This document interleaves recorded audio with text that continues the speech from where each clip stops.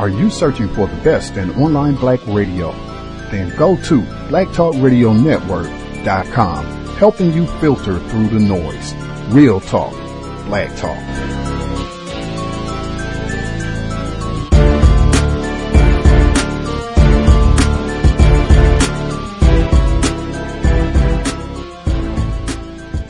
The internet is full of half-truths and all-out lies. We've all seen them, and many people on social media complaining about it.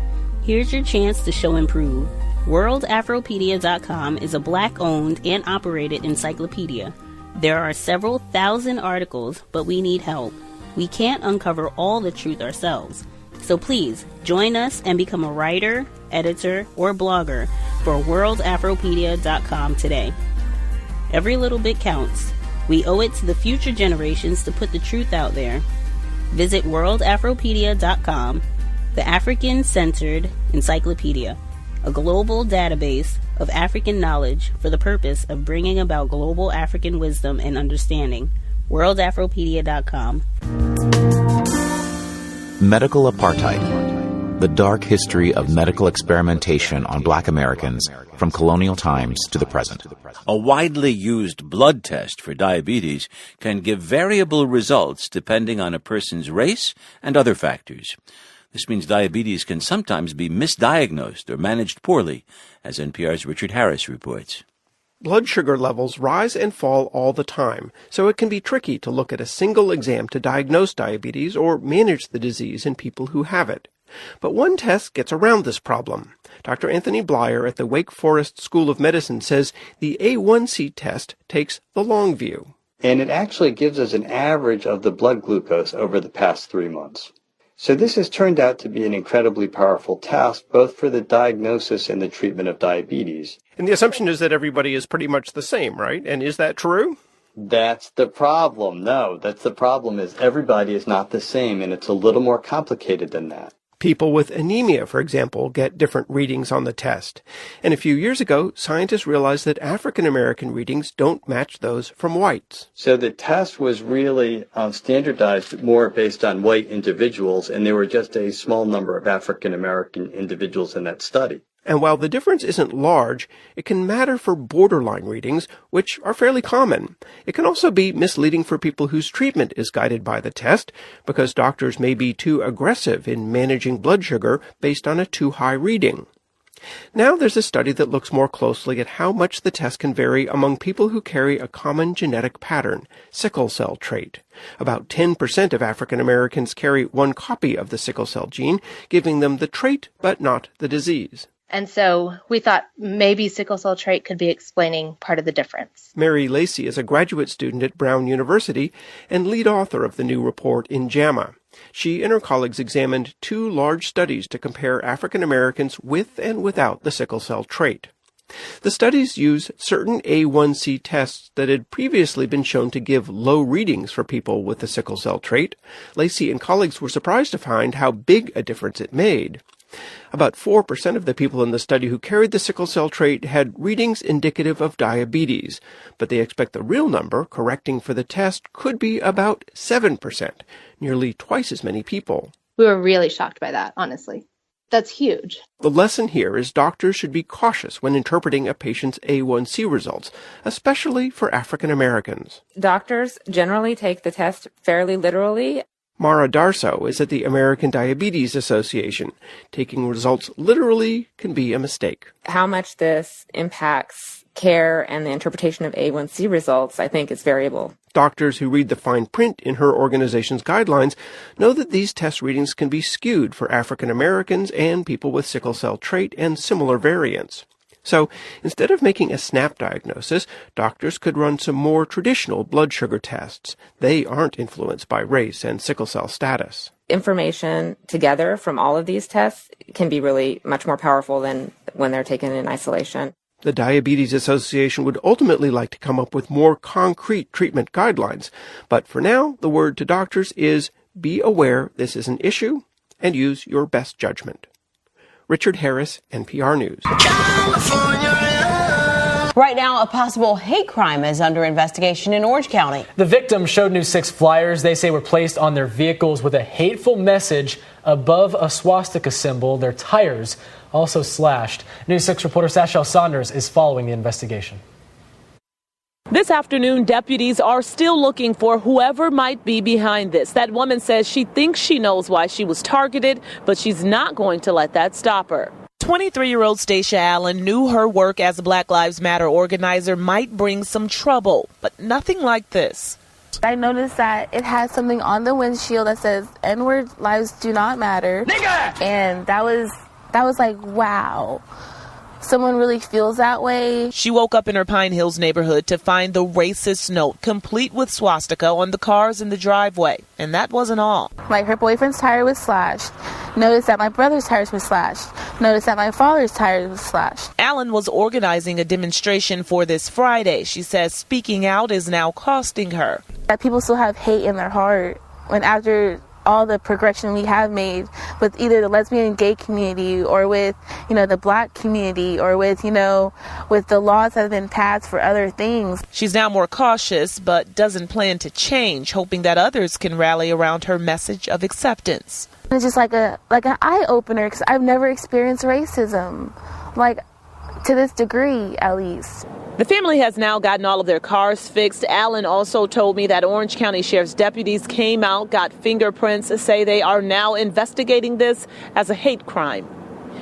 Reporting at OCSO, Sashel Saunders, News 6. Together, we will make America strong again. We will make America wealthy again. We will make America proud again. We will make America safe again. And yes, together, we will make America great again. Around the world, refugees and people with visas to enter the United States are scrambling to get here while President Trump's travel ban is on hold. How long it will be on hold is impossible to say. The legal battle over the ban is now in Ninth Circuit Court of Appeals here in California, and the president is expressing his displeasure with that on Twitter. Let's chat now with NPR White House correspondent Tamara Keith. Good morning, Tam. Good morning. So as of this morning, what is the status of the president's immigration order? It's on hold. The State Department and Department of Homeland Security have lifted the ban, at least temporarily. So students and doctors and others from those 7 Muslim-majority countries rushed to get back into the U.S. to resume their lives. And refugee agencies are putting people on planes as fast as they can to get them into the U.S. And, of course, there's an urgency because the lifting of the ban could very well be temporary, measured in hours or days rather than weeks, depending on what happens in court. Okay, so how long this would last depends on what happens in courts. A lot of confusion back and forth in the courts over the weekend. What exactly happened? So a federal judge in Washington state, James Robart, issued a temporary restraining order from the bench late Friday. That put the ban on hold nationwide until its legality could be argued. This stems from a case Washington state and Minnesota had sued to stop the ban, saying that it would hurt their economies. The Justice Department then filed an appeal late Saturday, but the appeals court, the Ninth Circuit, which is known to be liberal, declined the administration's request to immediately put the ban back into effect. The Ninth Circuit asked for briefs. The states filed theirs overnight, saying that putting the ban back in place would cause chaos, just as they say it did when the ban was initially signed. They also submitted a declaration from 10 big-name national security figures who mostly served in Democratic administrations, saying, quote, as a national security measure, the order is unnecessary. There's a 3 p.m. Pacific time deadline today for the government, the Justice Department, to submit its brief, which makes it seem like the justices in the Ninth Circuit are planning to move on the question of this temporary restraining order very quickly. Wow. Okay. But legal limbo. I mean, I've never heard a moment when those words are more apt. And the president, of course, goes on Twitter and doesn't hold back at all. That's correct. He tweeted 9 times about the ban over the weekend, calling the judge a so-called judge. And here's just one tweet I want to read for you. He says, quote, just cannot believe a judge would put our country in such peril. If something happens, blame him and the court system. People pouring in, bad, exclamation point. Of course, he is referencing the separation of powers there. And we just have to point out that these refugees that are coming in are heavily vetted, including fingerprinting, DNA analysis, all kinds of vetting. Okay. NPR White House correspondent Tamara Keith. Tam, thanks. You're welcome. Real gangsta-ass niggas don't talk much. All you hear is the black from the gun blast. And real gangsta-ass niggas don't run for shit. It's real gangsta-ass niggas can't run fast. Now when you in the free world talking shit, you the shit. Hit the pen and let a motherfucker shank you. But niggas like myself kick back and peep game. Cause damn, it feels good to be a gangster. In the city of Las Vegas this morning, jury selection is getting underway in the federal conspiracy trial against rancher Cliven Bundy and his militia followers. Bundy is facing more than a dozen felony charges, including assault on a federal officer in connection with an armed standoff against federal agents. NPR's Kirk Siegler has more. Cliven Bundy owes the federal government close to $1 million in unpaid grazing fees and fines dating back to the 1990s. It all boiled over in April of 2014 when federal agents came to round up hundreds of his cows near his ranch in the Nevada desert. They were met by the armed Bundy militia, some on horseback, waving American flags. Interstate 15 was blocked, guns were drawn, and things got extremely tense. Federal agents in military-style combat fatigues eventually stood down, as shown in this YouTube video.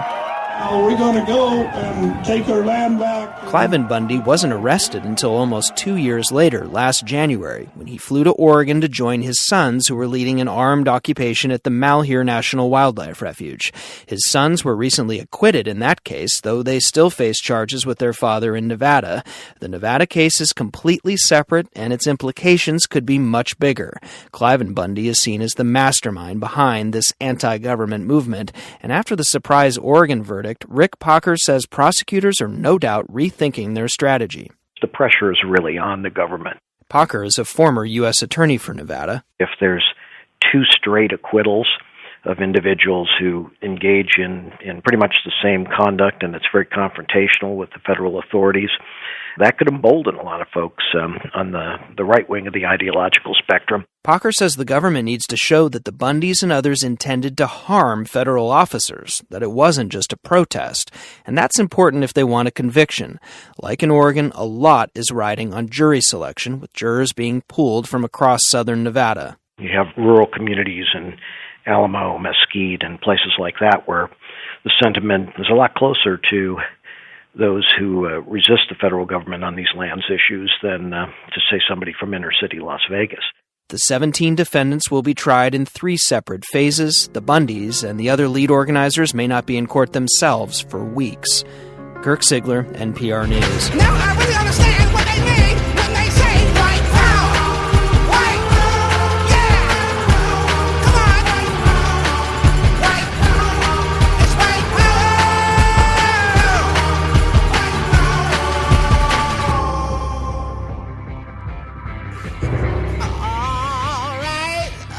For 10 days in August 1992, Randy Weaver and his family engaged in a deadly standoff against hundreds of law enforcement and federal agents in Ruby Ridge, Idaho. Just 6 months later, federal officials laid siege to the compound of the Branch Davidian cult in Waco, Texas, and that resulted in the deaths of 82 of its members, including their leader, David Koresh. These events may have inspired Timothy McVeigh to bomb a federal government building in Oklahoma City. Barack Goodman explores the rise of the extremist militia movement and the events that inspired the largest domestic terrorist attack in American history. Oklahoma City premieres on PBS tonight at 9, and a companion film, Ruby Ridge, premieres on PBS stations next Tuesday night at 9. I'm very pleased it has brought Barack Goodman back to our show. Welcome back. Thanks so much. And the suggestion here is that the Randy Weaver, Ruby Ridge, and also the Branch Davidian things were directly linked to what Timothy McVeigh did in Oklahoma City? Yeah, there's really no question about that. I mean, McVeigh himself both wrote and said in jailhouse interviews how inspired he was by these previous events. And in fact, he picked April 19th for the bombing because it was the second anniversary of the Waco fire. Where did Randy Weaver live? What did his home look like? Randy Weaver came from Iowa with his family to a very, very remote part of northern Idaho, about 50 miles from the Canadian border, and lived in a ramshackle little cabin up on the mountain, far from anybody. And how many people were in that ramshackle cabin? There were 6 Weavers, and a friend, a family friend named Kevin Harris. And what were their reasons for isolating themselves in that way? It was interesting. It's a combination of things. Mostly it was religiously inspired. They were feared a sort of coming Armageddon, and but there was also... So they were just going to wait out until the last days? They were going to wait it out. They were going to hopefully... It wasn't very well spelled out, but they were hopefully going to be able to survive somehow this expected Armageddon.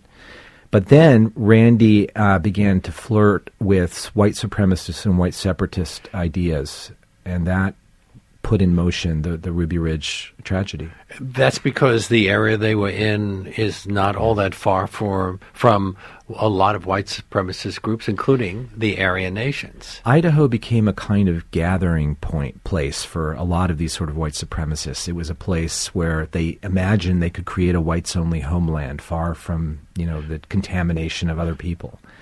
But it goes further. They have Nazi paraphernalia, for example. What's the appeal of that for them? Are they opposed to government, as they suggest, simply, or are they also anti-Semites, white supremacists, all of the above? It's a whole sort of stew of grievances. It begins with a white supremacist point of view, where they believe that they are the supreme race, and that's being taken away. And usually they blame the federal government for that loss of power, loss of privilege.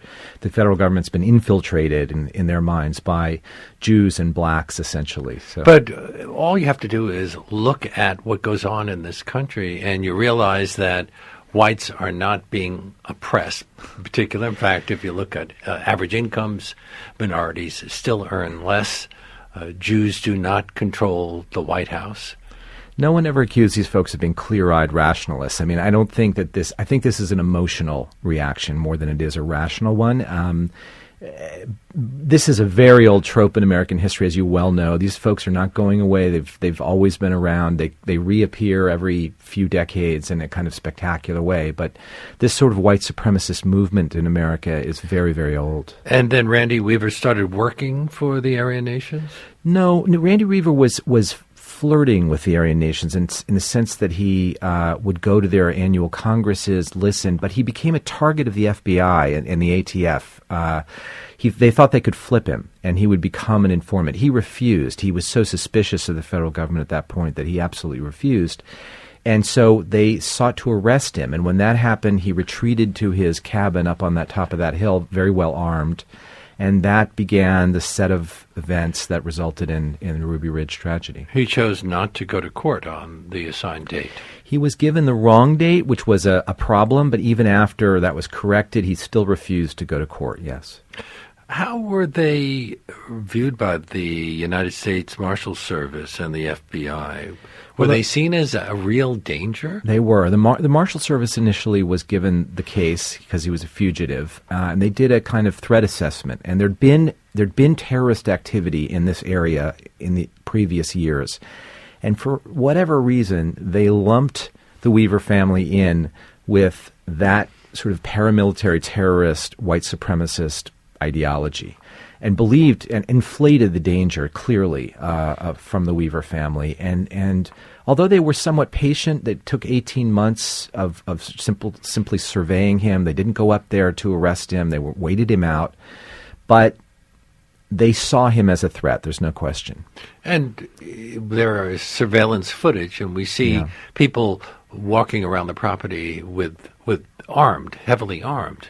Which is a very common thing in Idaho. They were protecting themselves against the government coming in and taking over? Exactly. So the Weaver family, from their point of view, this was confirmation of everything they believed. This was a federal government that was Babylon. They were the enemy coming to... It was a fulfillment of their own prophecy.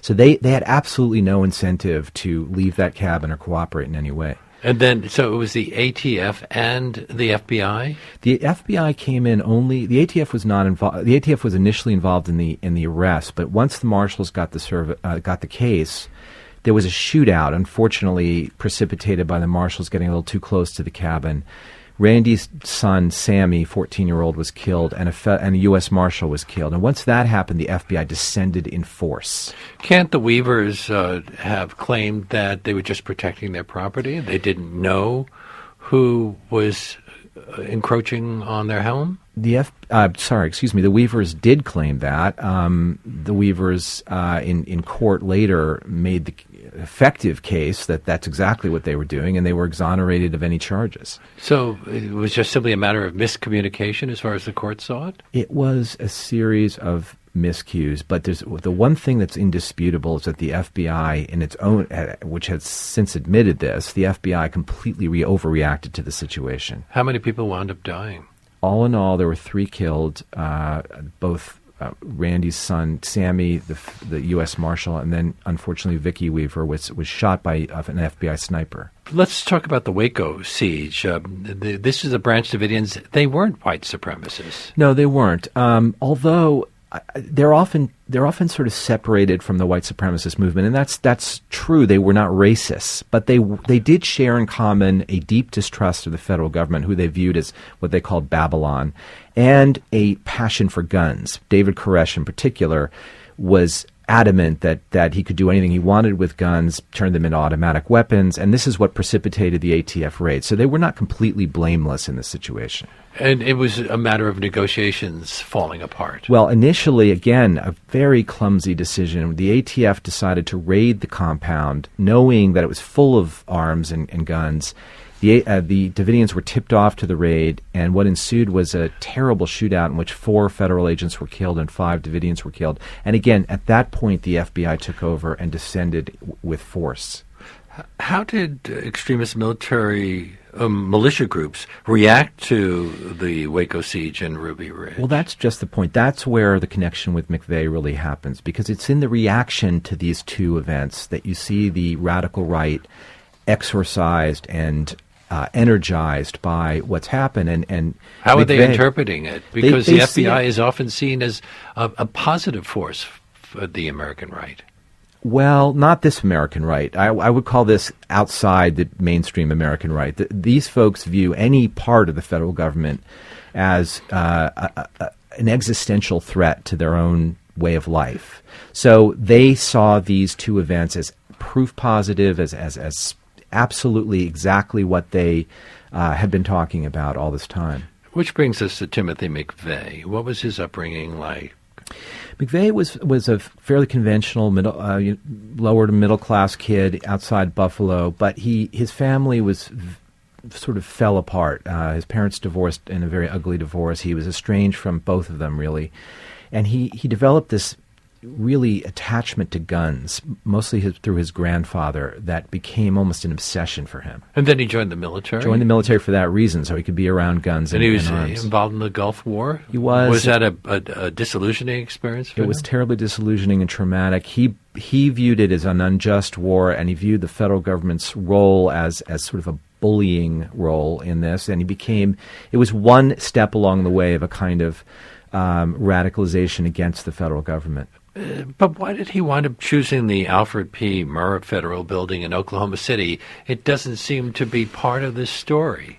It was for him because it contained the offices of the ATF, and the ATF had, as I said before, been the agency responsible for raiding the Branch Davidian compound. So for him, that was reason enough to target it. He did look at other federal buildings, but it was particularly suited because it had the ATF offices there. Another cause or another inspiration you point out were the Turner Diaries, books about an insurrection against the federal government.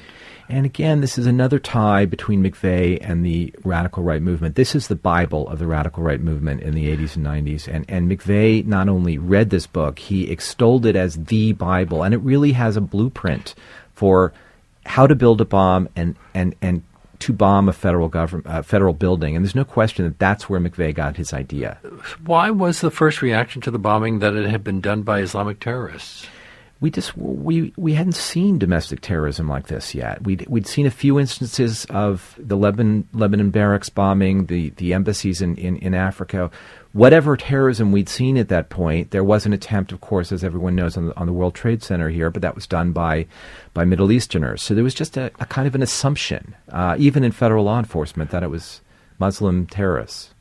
Well, there had been the killing of Alan Burke, the radio talk show host, earlier. There was a talk about other potential killings. There was a long list of potential victims. So are you surprised that domestic terrorists like McVeigh and Dylan Roof are rarely mentioned in the debates about the dangers of terrorist attacks? Well, at that time, those domestic terrorist acts were very much under the radar. There was only one or two FBI agents assigned to these kinds of groups.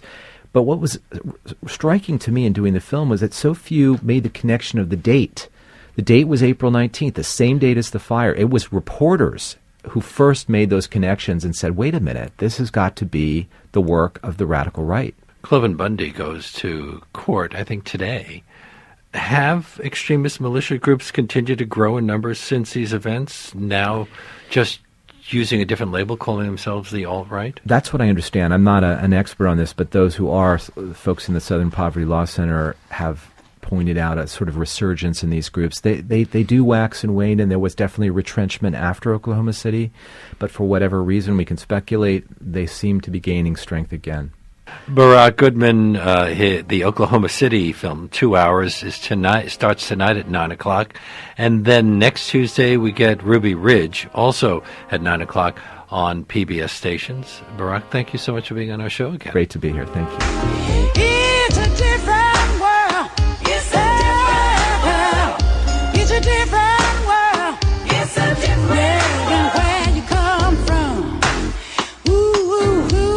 Than where you come from. Finally, today, there is a new television series on BET called The Quad that seeks to give viewers a fresh, in some cases, raw look at life on the campus of a proud but struggling historically black university. And the star of the new show is someone who lives in the hearts of all who love Disney princesses. Trials and tribulations, I've had my share. There ain't nothing gonna stop me now, 'cause I'm almost there. That is none other than Anika Noni Rose, the voice behind Princess Tiana, Disney's first black princess in The Princess and the Frog. And now, 7 years later, Anika Noni Rose is ruling the world around her again, this time as the newly elected president of the fictional Georgia A&M University. I'm Dr. Eva Fletcher, president of Georgia A&M University. As you consider your options for your continuing education, put GAMU at the top of your list. We caught up with Anika Noni Rose right before the Quad premiered on BET last week, and I asked her what drew her to the role. I was really attracted to it because I think that it is a story that is not being told right now. We don't see a lot of college life right now on television, and we definitely don't see anything about HBCUs, which, for those who don't know, are historically black colleges and universities. I was attracted to this character. She is someone who is, she's a New Englander. She is Ivy League educated. She comes from money and privilege. And she has a scandal in her life that causes her to have to take a job in the South at an HBCU, which is something she knows nothing about. She's somebody who looks very, very well put together, and yet she's made some really bad choices. And so there are cracks not far beneath the surface, which I find very interesting to explore. Is there anything painful about it? I mean, given that you attended an HBCU, Florida A&M, FAMU, and there have been some cracks in the HBCU story as well. I mean, these are, as we know, institutions that have educated, generations of people who've gone on to important and prominent roles, and yet many of these institutions are struggling. So is there anything painful about it as well? Well, I think that there are things that have been imposed upon HBCUs which are painful. The fact that we are, and I say we, like I went to one, I didn't go to all of them, but, that we're often struggling for money because we're often state funded, and the state is not as concerned about HBCUs as it is for other schools. So often we will lose money first.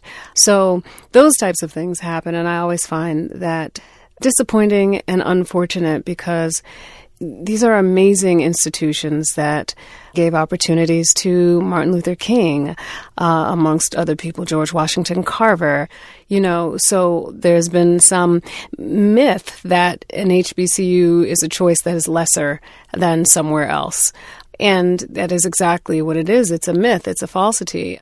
The series does not pull any punches about some of the administrative and cultural issues that have been very much discussed and have made it in the news about HBCUs. For example, I want to play a clip from where your character, Madam President, Eva Fletcher, is talking with the university's famed band director, Cecil Diamond, played by Ruben Santiago Hudson, who questions her HBCU bona fides. I want to give this a little bit more context. This scene comes after a student was hurt in a hazing incident by the band and is hospitalized.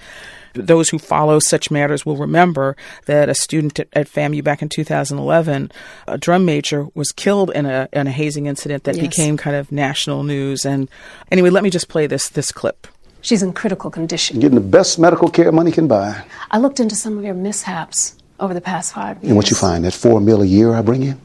File an incident report by the end of the day. Don't you hold your breath, Black Ivy? Oh, I get it. So you think because I grew up in a wealthy family, attended Ivy League schools, and married well, that I'm not down, not black? My ability to survive and my intellect are both very black, Mr. Diamond. My point is simple. I don't answer to you, and I never will. My point is simple as well. You do as I asked you. There are some raw things in this series. For example, the water gets turned off at one point because the universities can't pay its bills. Talk to me about that. Why do you think it's important to have these kinds of storylines on the Quad? I think it's really important when we talk about showcasing a particular piece of culture that we don't dip it in sugar. I think if we're only showing one side of it, if we're only showing the elevated sections of it, then we aren't telling a truth. We aren't telling the story. Are there aspects of your experience that have found their way into the script? It's funny. I did attend an HBCU, and I am from Connecticut, so I am a New Englander. That is not a stretch. And my grandmother's from the South, so I was very familiar with the South and some Southern ways, but there were still things that I learned and were unfamiliar to me when I went for the first time to Tallahassee for an extended period of time. And sometimes it's just about people communicate differently, whether it's the spoken or unspoken communication. Did anybody question your blackness when you arrived coming from Connecticut as you did? Oh my God, people question my blackness in Connecticut. I didn't have to leave the state for that. It's Why? It's something culturally that is very interesting. I grew up in the suburbs. I come from professional parents. I spoke a particular type of English. And so consequently, that meant I thought I was cute. So, I was a nerd. I read a lot. I still read a lot. And somewhere along history, it became not cool to read. I don't know what that's about. But, I know who I am. I was taught very clearly who I am. And I remember, the first time somebody said something to me like that, I was really hurt by it. I was like, what do you mean? I'm looking at myself. I'm looking at you. We are, we are of a clan. But I don't know what that is. I just think it's so silly. And it's something that we have to find our way out of. That was Anika Noni Rose. She's starring in The Quad on BET. She was kind enough to join us from our studios at NPR West. Anika Noni Rose, thank you so much for speaking with us. Thank you so much for having me. I don't want us to lose sight that things are getting better. Each successive generation seems to be making progress in changing attitudes when it comes to race. Doesn't mean we're in a post-racial society. It doesn't mean that racism is eliminated. But when I talk to Malia and Sasha, and I listen to their friends and I see them interact, they're better than we are. They're better than we were on these issues. And that's true in every community that I've visited all across the country.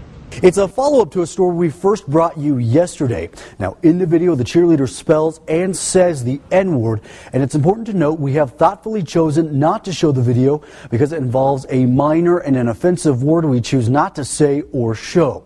Now, since the video was released, we've received a lot of comments from you at home, including current Amarillo High students. KAMR Local 4's Zach Martin spoke with a few of those students. Their reactions are our top story at 10. Amarillo High students should not be acting that way. I was kind of just shell-shocked. I was kind of like amazed that someone would do that. This is the reaction both Eric Traves and Spencer Nichols had when they saw the now viral video of an Amarillo High School cheerleader using the N-word. The video is less than 10 seconds long, but has already garnered reaction from hundreds of people on Facebook and Twitter. I was surprised someone would post that on social media. Emerson Solano, a senior at Amarillo High and a state volleyball champion for the Sandies, says her coaches continually remind her and the team they represent more than themselves, they represent their school. Me being a captain, I am definitely held to a super high standard, and Coach Barker always talks about watch what you post, watch what you like.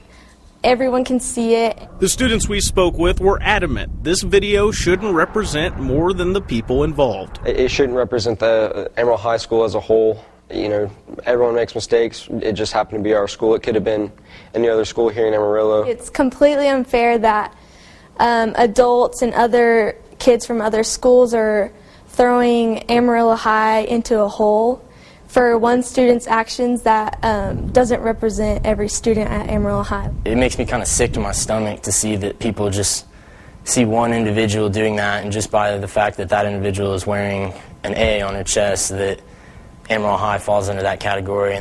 This is the second incident that has raised questions about racial insensitivity during this school year involving students at Amarillo High. Last fall, an Amarillo High student tweeted for other students to take tortillas to the game against Caprock High School, a predominantly Hispanic school. AISD officials say there was no word of students actually bringing tortillas to the game. People weren't there to see it with their own eyes, and it's really upsetting that people judge when they don't know the whole situation that happened. None of it was on purpose to be, you know, I guess racist or anything. Nothing was planned. Amarillo Independent School District released a statement on the video. It says, in part, AISD students who choose to participate in extracurricular activities such as athletics and cheerleading are held to a higher standard for their behavior outside of the school day. It continued later with, AISD does not ever condone racist language or behavior.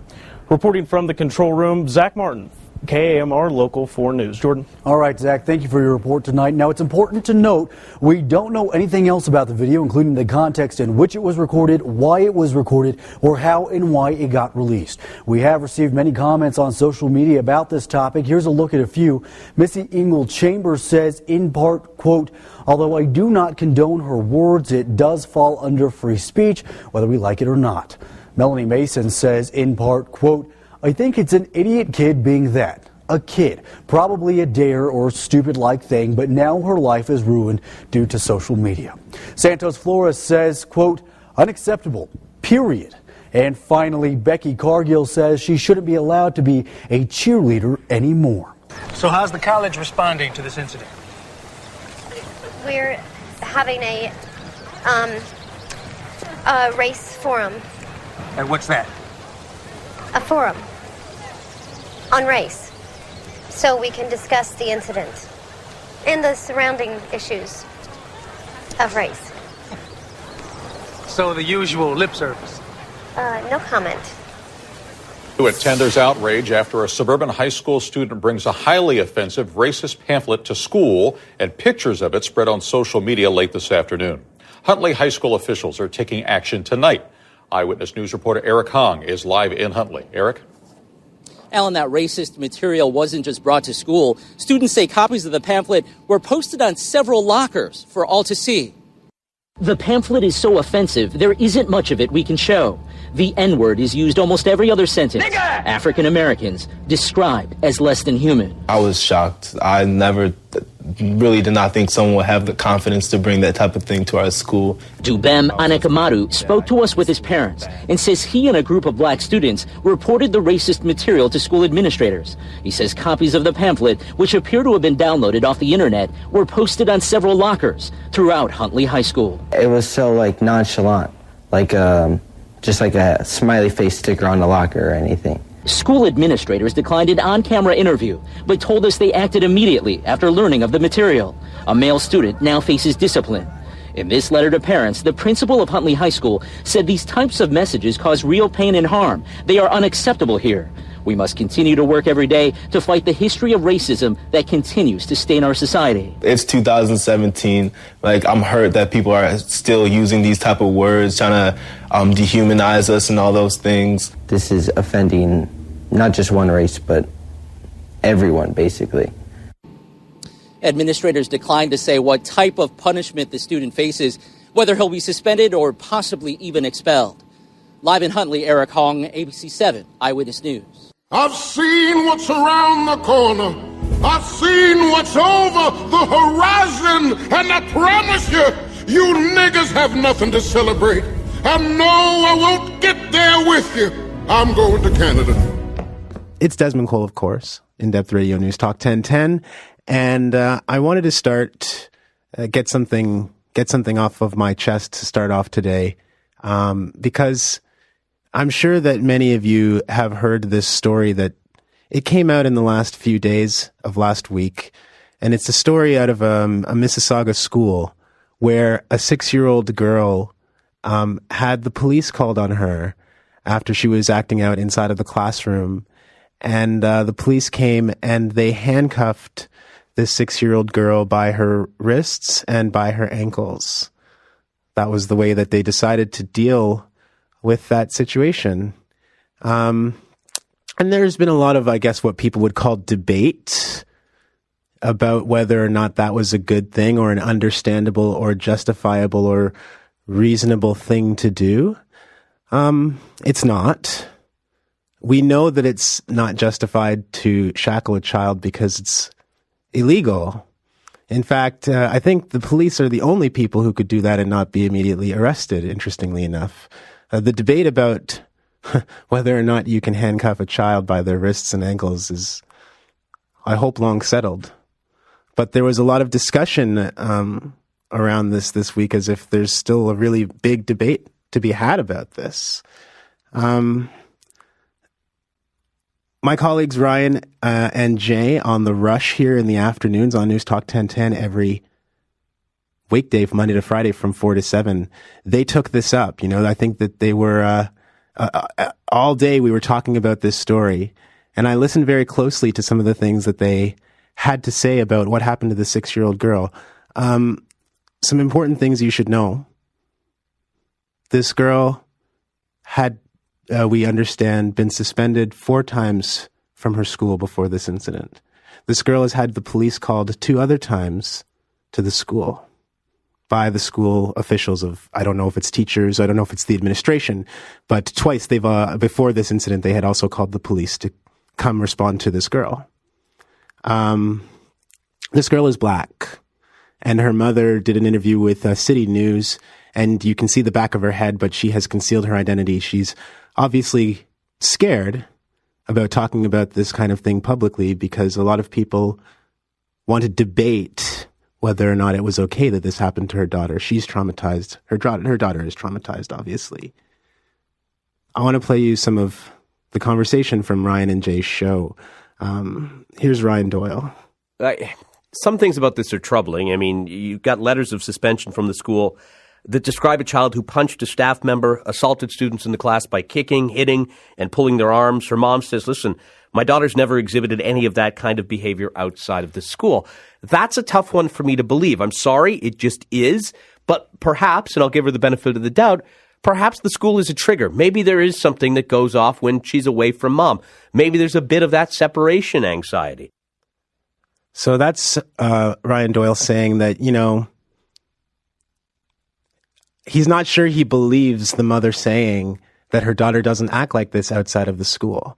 He says it's possible that there's a trigger inside of the school, but the first thing he says is that he doesn't believe that that would be going on. Then he says maybe there's a trigger. But of course, later on in the program, Ryan gives us some more information about the story that was not mentioned up front, and here's that information. Yeah, the child's father died when she was 6 months old. Her mother started having health problems as she began junior kindergarten, eventually being diagnosed with a form of cancer. She says that a social worker told her that her daughter may be having experience with separation anxiety.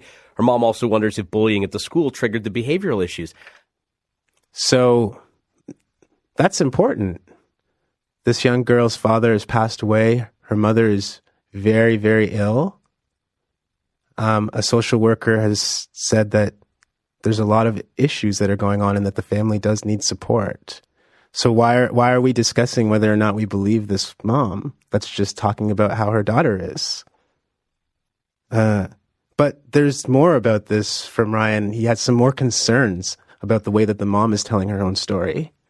I have to ask these questions because they're on my mind, Jay, and I'm just going to put them out there. At the age of 6, how much do you tell your kid about a cancer diagnosis? I mean, that's a pretty heavy, weighty thing if you know the kid's dad died already. I'm not questioning this person's parenting skills, but that said, that's a lot of information if you know your kid has a tendency to act out or has that separation anxiety because their father passed away. And it's such a tough... Yeah. And, I don't know what information we're basing that kind of comment on, whether or not this woman has talked too much about these issues to her daughter. That I don't know why that enters into the discussion here. And Ryan said, I feel like I need to put this out here. And I heard that and I thought, I'm not really sure why. It goes on. Jay Michaels, who's Ryan's colleague on the show here at News Talk 1010, also weighing in on this. I'll let you hear some of the things that he had to say. And there's been 2 incidents where police have been to the school for your child. Do you really think the first thing you should do is start doing TV interviews and talk about police brutality? Or do you really think what you should probably do is maybe worry about the safety of your kid? Very good point. Should they be doing interviews instead of worrying about the safety of their child? Running to the media to do interviews, said Jay Michaels. But I'm reading from the City News report here. It's the 3rd paragraph. The incident happened at a Mississauga school in late September. So it's not correct to say that this mom rushed to the media to get her story out before taking care of her daughter's safety, because this happened more than 4 months ago now. Again, I think that there's a lot of extra conversation here going on about this that troubles me and confuses me. I just don't understand why these things are being brought into the conversation. What was interesting to me, too, was that, you guys remember me talking a couple weeks about solitary confinement, and I had the Minister of Community Safety and Correctional Services here, Minister of Children and Youth Services, Michael Koto. We're talking about solitary confinement of young people. And so we have these conversations where, is it okay to handcuff a 6-year-old girl by her ankles and wrists? Is it okay to lock a child in a room by themselves for hours on end? We have these conversations. I'm surprised that we want to have conversations whether these things are right or wrong, and we haven't decided. Because most people who do these things would go to jail. The average person who handcuffs a child or locks a child in a room by themselves at length, that's a criminal offense. Haven't we decided that this is wrong already? Why are we arguing about it? But I find it fascinating because people act like this situation is new or unique, that it's never happened before, and we don't know what the options are in a situation like this. How else do you respond besides calling the police to a school and handcuffing a girl? So here's some of that conversation in terms of do we even know how to respond to this? What's the expectation? Yes, the cops outweigh the child. Mm-hmm. That's a given. Are we expecting physical force? Are we expecting them to get violent? Should they pick the girl up?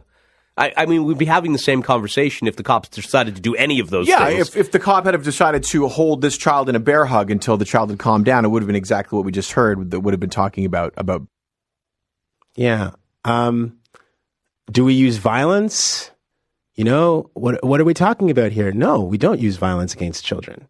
And yes, if any police officer used violence against a child or picked up a child in that situation, people would be saying the same thing. The reason being that most people don't handle their children when their children are having a problem by calling the police and handcuffing them to their wrists and ankles.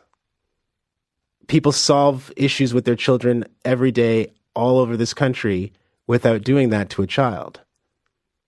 There are lots of people who are trained to do this. It seems that the police are not among them in this case, but the police should never have been called to a school for a 6-year-old girl. That's the school's responsibility, and they failed. It's very unfortunate that the police had to come in this situation, but they should have never been there in the first place.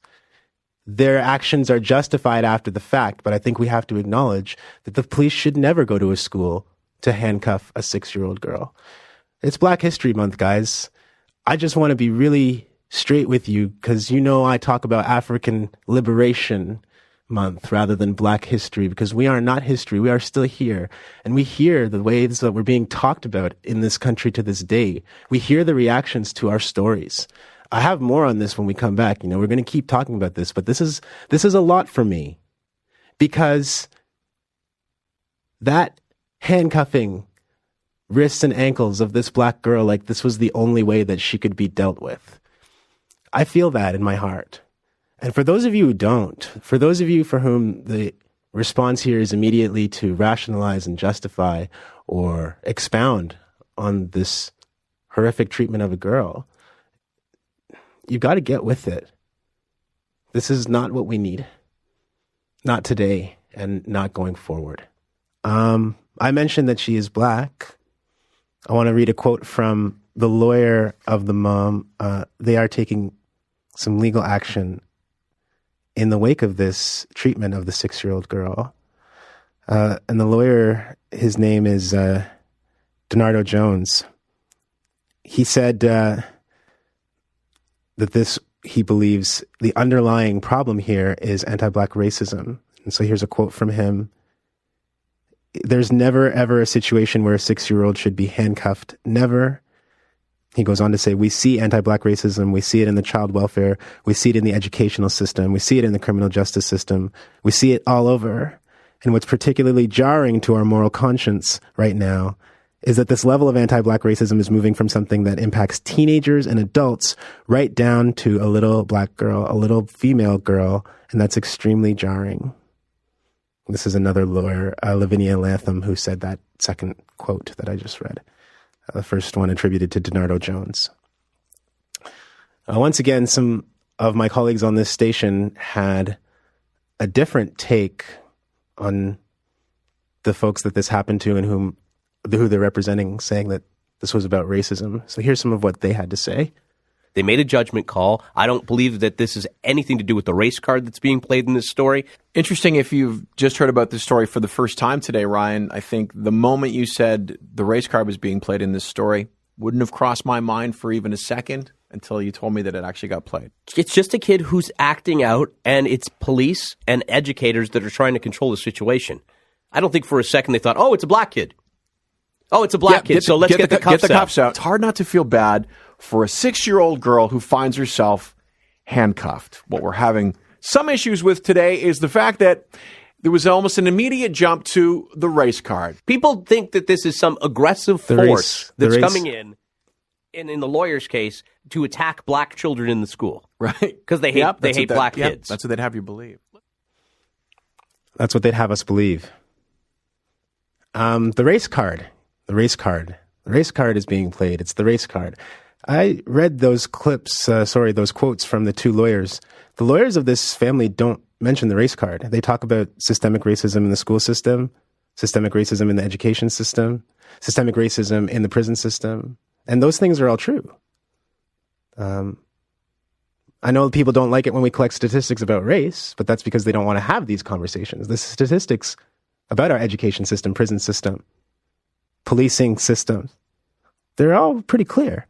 This is, again, not really a debate much anymore, if it ever was one. I think the problem is that it's treated like it's a debate. But they didn't say anything about the race card, those lawyers. Neither did the mom. They're not talking about playing a race card. They're not talking about whatever that means. What does it mean? Trying to deceive people by bringing up race when it's not relevant? It's relevant to this mother. And it's relevant to all of the other black people that this happens to. If it's not relevant to you, that doesn't mean it's the race card. More on this response to how the lawyers were characterizing this from Ryan and Jay. Let's talk about the lawyer a little bit. Talk about putting gasoline on a fire. The mom's lawyer in this case saying that anti-black racism is the underlying cause of the trouble. Here's a quote from lawyer Donardo Jones. We see anti-black racism. We see it in child welfare. We see it in the educational system. We see it in the criminal justice system. We see it all over. And what's particularly jarring to our moral conscience right now is that this level of anti-black racism is moving from something that impacts teenagers and adults right down to a little black girl.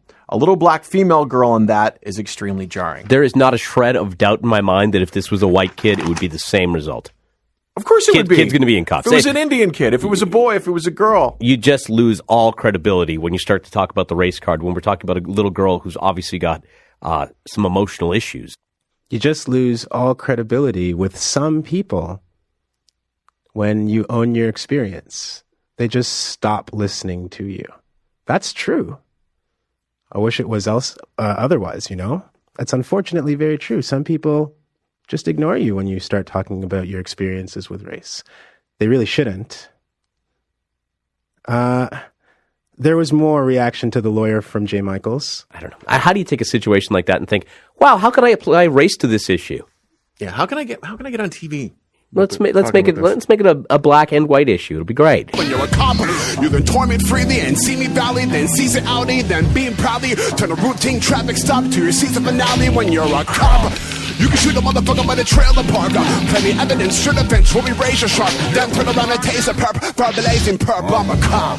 New tonight, a sheriff in Kentucky is working to get to the bottom of a racially and religiously charged Facebook post. And we're learning today the post may have come from a Boyd County's deputy's personal page. Some may find the language used in this post to be offensive. Well, here's what it says. The Muslim holler monkey has been evicted. Now, him and his she-male need to get gone. An anonymous source sent us the screenshot of that post. The source tells us the post was a comment on a Facebook status about someone being evicted from their home. As News Channel 3's Blaine Carraher explains, right now the sheriff is working to verify the deputy actually wrote that post.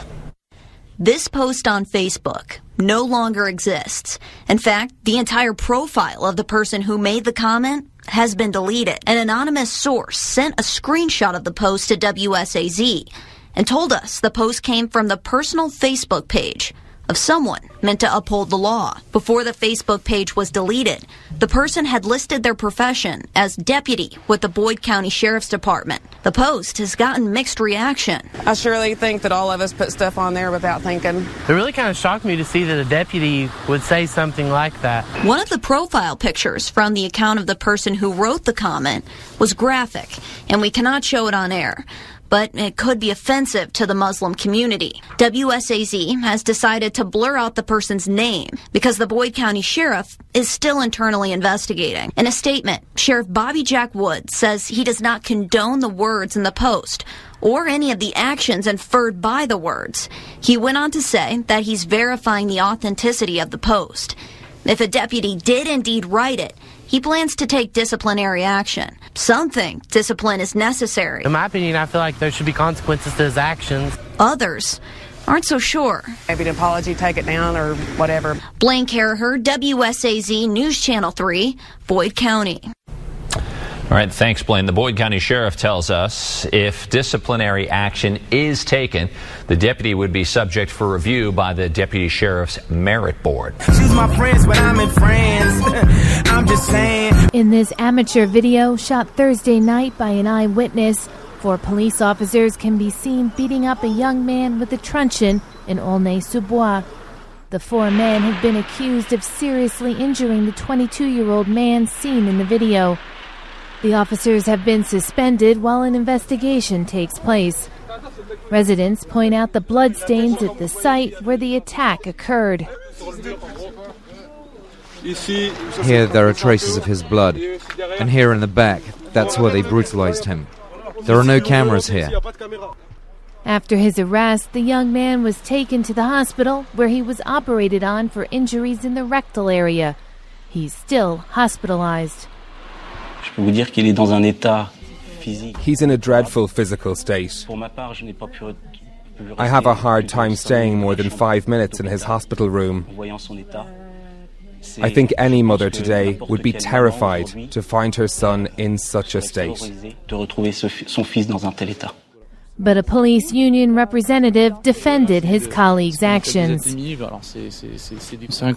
When they stopped him, it got out of hand. No video shows that our colleagues deliberately violated the person. Once again, we're talking about accidental actions and not violent acts. A response the young man's attorney says is unacceptable. We can't just say he was resisting arrest. That's the police union representative's version. It's completely indecent. It's a serious matter that needs answers. As news of what happened spread in Aulnay-sous-Bois, some vandalized bus stops in the city Sunday night. The town's mayor has appealed for calm. She's my friends, but I'm in France. First, the far-right National Front leader Marine Le Pen has launched her bid to become the president of France. Speaking in the city of Lyon, she attacked globalization, Islamic fundamentalism and the European Union. Le mondialisme économique et financier s'appuie sur une pseudo-expertise. Economic and financial globalization is based on pseudo-expertise, which never gives up in the face of evidence of its economic failure and the social devastation it causes. Countries are no longer nations. People are no more than mere populations. Our correspondent Johnny Diamond was listening to her speech. Well, I mean, this was a speech essentially about identity and French identity, and that was the core around which all the other ideas revolved. There was a rejection, unsurprisingly perhaps, of Islamic fundamentalism. There was criticism of Europe. There was talk about deporting foreign criminals, about introducing a 3-month national service for young people. There was also a lot of talk about economic patriotism, of local economies, and which is code really for trade protectionism. And there was quite a lot of tilting against globalization and the European Union. She said it's not about left and right, it's about patriotism and globalization. And so this was about France reclaiming, in her eyes, its place in the world and rejecting its current place in the world, one which she clearly sees as rather enmeshed in too many multinational agreements, too many multinational organizations, too many compromises, unable to make its own way. She talked about sovereignty and secure borders. She talked about strengthening the police. It was a pretty uncompromising message, and it was one that went down very, very well with her supporters. And very much picking up on themes that have proved so popular with the referendum in Britain, with Donald Trump's election in America, with their rejection of globalization and talk of Islamic terrorism, secure borders, sovereignty, those kind of things. Yes, she clearly feels these chime with the French electorate. And the Front National, which she leads, is fairly popular at the moment. In fact, if you believe the opinion polls, she is the most popular of the candidates for the presidency at the moment. That doesn't mean she'll win, because once she has progressed, as we think she will, into the second round, she will face only one opponent, around which the supposition is an anti-Le Pen coalition will coalesce. But that having been said, it is a sign of the disquiet in France that she is so popular, and that this message she feels is the one she should deliver to launch her campaign, because there was no sense that she was sort of moving to the centre or compromising her message. This was a firm, I think you could probably say, hardline message of her nationalist agenda. And if she did win, against the odds, perhaps at this stage, would that be the end of the European Union? Yes, it would be over. It would be not only the end of the European Union, but it would be an astonishing moment for Europe. Johnny Diamond with me from Lyon. Context of White Supremacy. Gus T Renegade in for another broadcast, hopefully to share constructive information on the system of white supremacy. Today's date, Saturday, February 11th, 2017. So I have been told this is our weekly compensatory call-in. Feel free to dial in if you have thoughts, observations, if you have comments you want to share about the audio segments that we just heard or any other events that took place over the last 7 days. Feel free. Dial in the number 641-715-3640. The code is 564-943#. Press *6 if you would like to participate. Number again, 641-715-3640. The code 564-943#. Press *6 if you would like to participate. Before we get to folks who dialed in who have questions, comments, observations, number one, COWS is listener-supported counter-racist radio. Hit the blog if you would like to support. The address racism-notes.blogspot.com. racism-notes.blogspot.com. When you hit the blog, PayPal button is in the top right corner. If you are not into PayPal, drop us an email. We will get you a physical mailing address.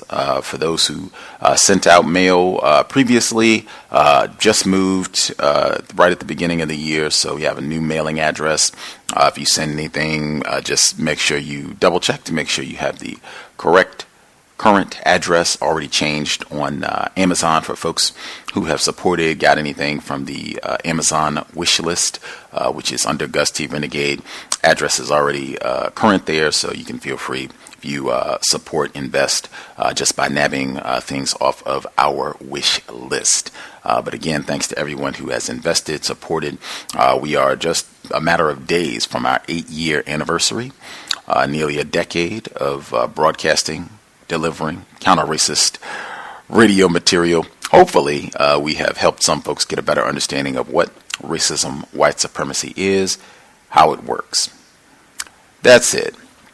A few things to touch on before we get started. One of the easy ways that you can support any of the reports, articles that Gus gets published, wherever they happen to be, Atlanta Black Star, anywhere else, you can share, comment, it is very difficult for a black author, not just Gus T Renegade, but I've heard this from numerous black authors, particularly if you're trying to write about racism. I heard this with Mr. Fuller and Dr. Welsing talking about getting his book published. I've heard this from Ta-Nehisi Coates. I've heard this from a number of we've had a plethora of black authors on who have said the exact same thing. It is very, very tough if you are a black author and you're attempting to write about racism. That's book, essay, whatever it is, news articles, whatever it is, it's going to be challenging. Always appreciated the folks who share, comment, that definitely helps when you get people who share the content when you are a writer, particularly writing about racism. That's it. A few things I wanted to touch on before we get started. Number one, I did speak with Pam. I called her a few times and emailed. She's doing better, and hopefully we'll be able to get her back on the program this month. I did make sure to let her know that lots of folks had emailed and commented and wrote on our Facebook page and what have you, just to express their concern and well wishes, hoping that she recuperates extra fast so we can get her back on the program and hear some more of her views, suggestions on what we can do to solve the problem of racism. But I did speak to her this week and looking forward to staying in touch, hoping that she is right as rain immediately. Next up, Sabrina Johnson, if folks recall, she was a guest on the program last year. She was really close to Dr. Frances Cress Welsing. We had her on the broadcast, I believe, right in the early part of spring. We talked about Donald Trump's campaign and some of her years of experience, some of the things she heard with Dr. Welsing. She is organizing, she and others, they have an event planned. It's commemoration and call to action in honor of Dr. Welsing. There will also be a birthday tribute to her, and they are contemplating fundraising components. This right now is scheduled for Saturday, March 18th, which is very close to Dr. Welsing's birthday, at 7 p.m. at the Thurgood Marshall Center in Washington, D.C. Again, this is scheduled for Saturday, March 18th, 7 p.m., Washington, D.C. This is at the Thurgood Marshall Center. You can contact Ms. Johnson directly if you want to get more details. As I find out more information, I'll pass it along, but I do know we have folks that are in the DC area and or folks who would be willing to travel for this event. So again, you can contact Ms. Sabrina Johnson directly. Her email is sabrinajohnson27 at earthlink.net. Sabrina Johnson 27 at earthlink.net. You can email her to get more information or details if they have flyers or anything else about this event coming up to pay tribute to the late Grandcestor, Dr. Francis Cress Welsing.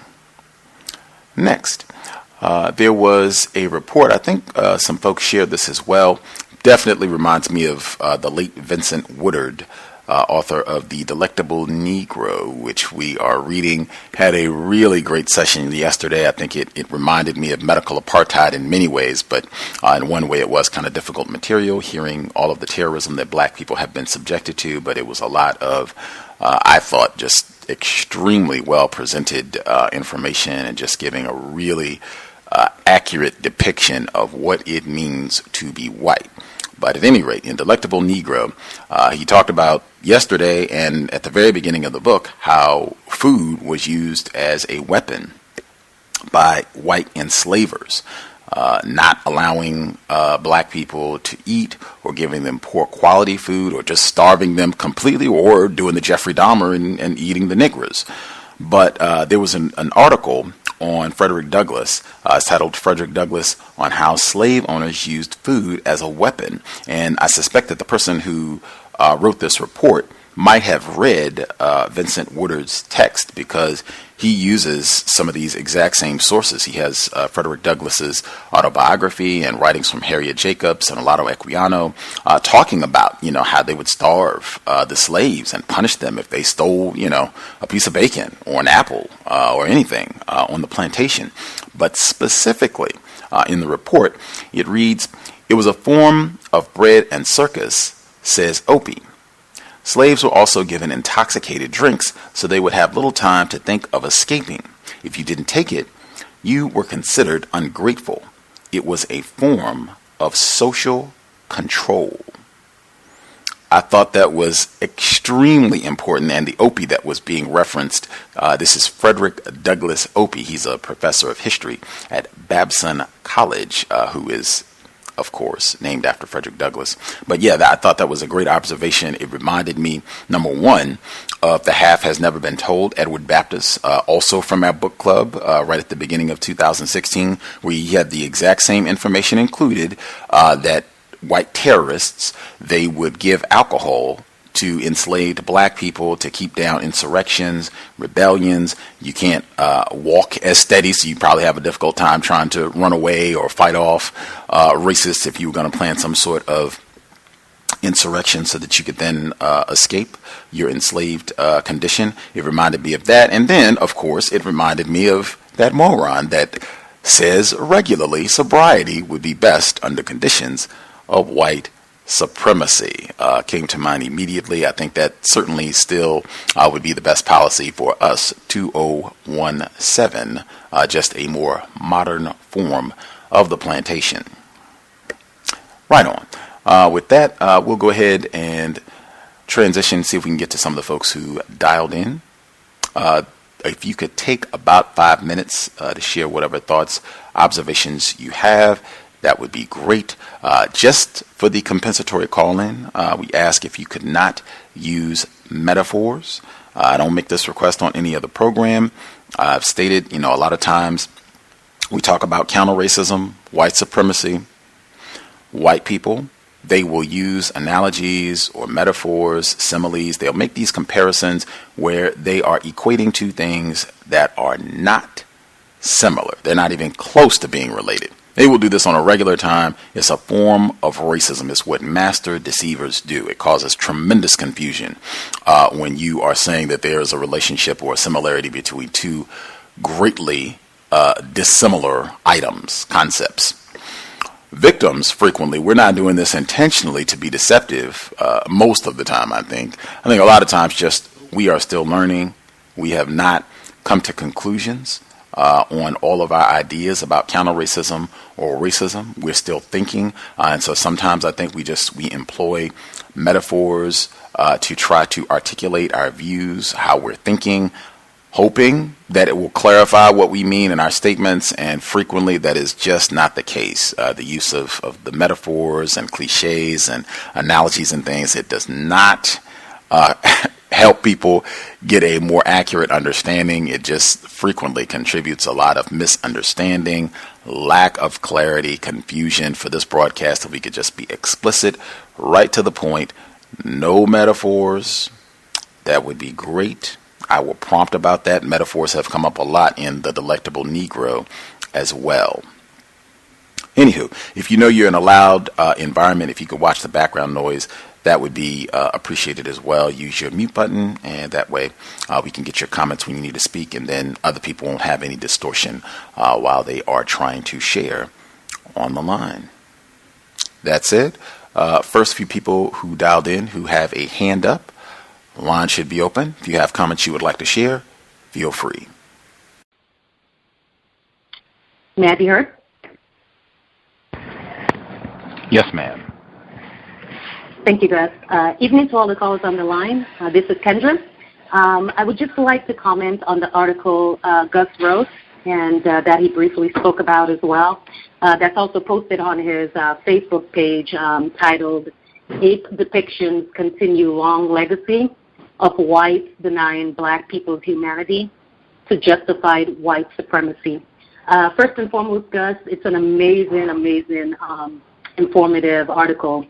I read it at about, 9:30 this morning, and it just stayed on my mind throughout my day. The connotation of a gorilla being taken from the jungles of Africa in shackles, placed on a boat to America, mirrors no other group of people but us, black folks, black people. I never placed the two together until the article so brilliantly broke it down for me. I always wondered why white people are so enamored, with these gorilla chimp movies. Well, there it was for me. I was able to gain a greater understanding of why that was. Whites are very, I think, systematic with everything that they do. Their genetic survival is predicated on being systematic in every way possible. So to frame black people as feeble-minded, simpletons with animalistic behaviors, helps fuel that image of whites being superior in all facets. And so in white people's mind, I think they have to hone us in, or we would just run wild.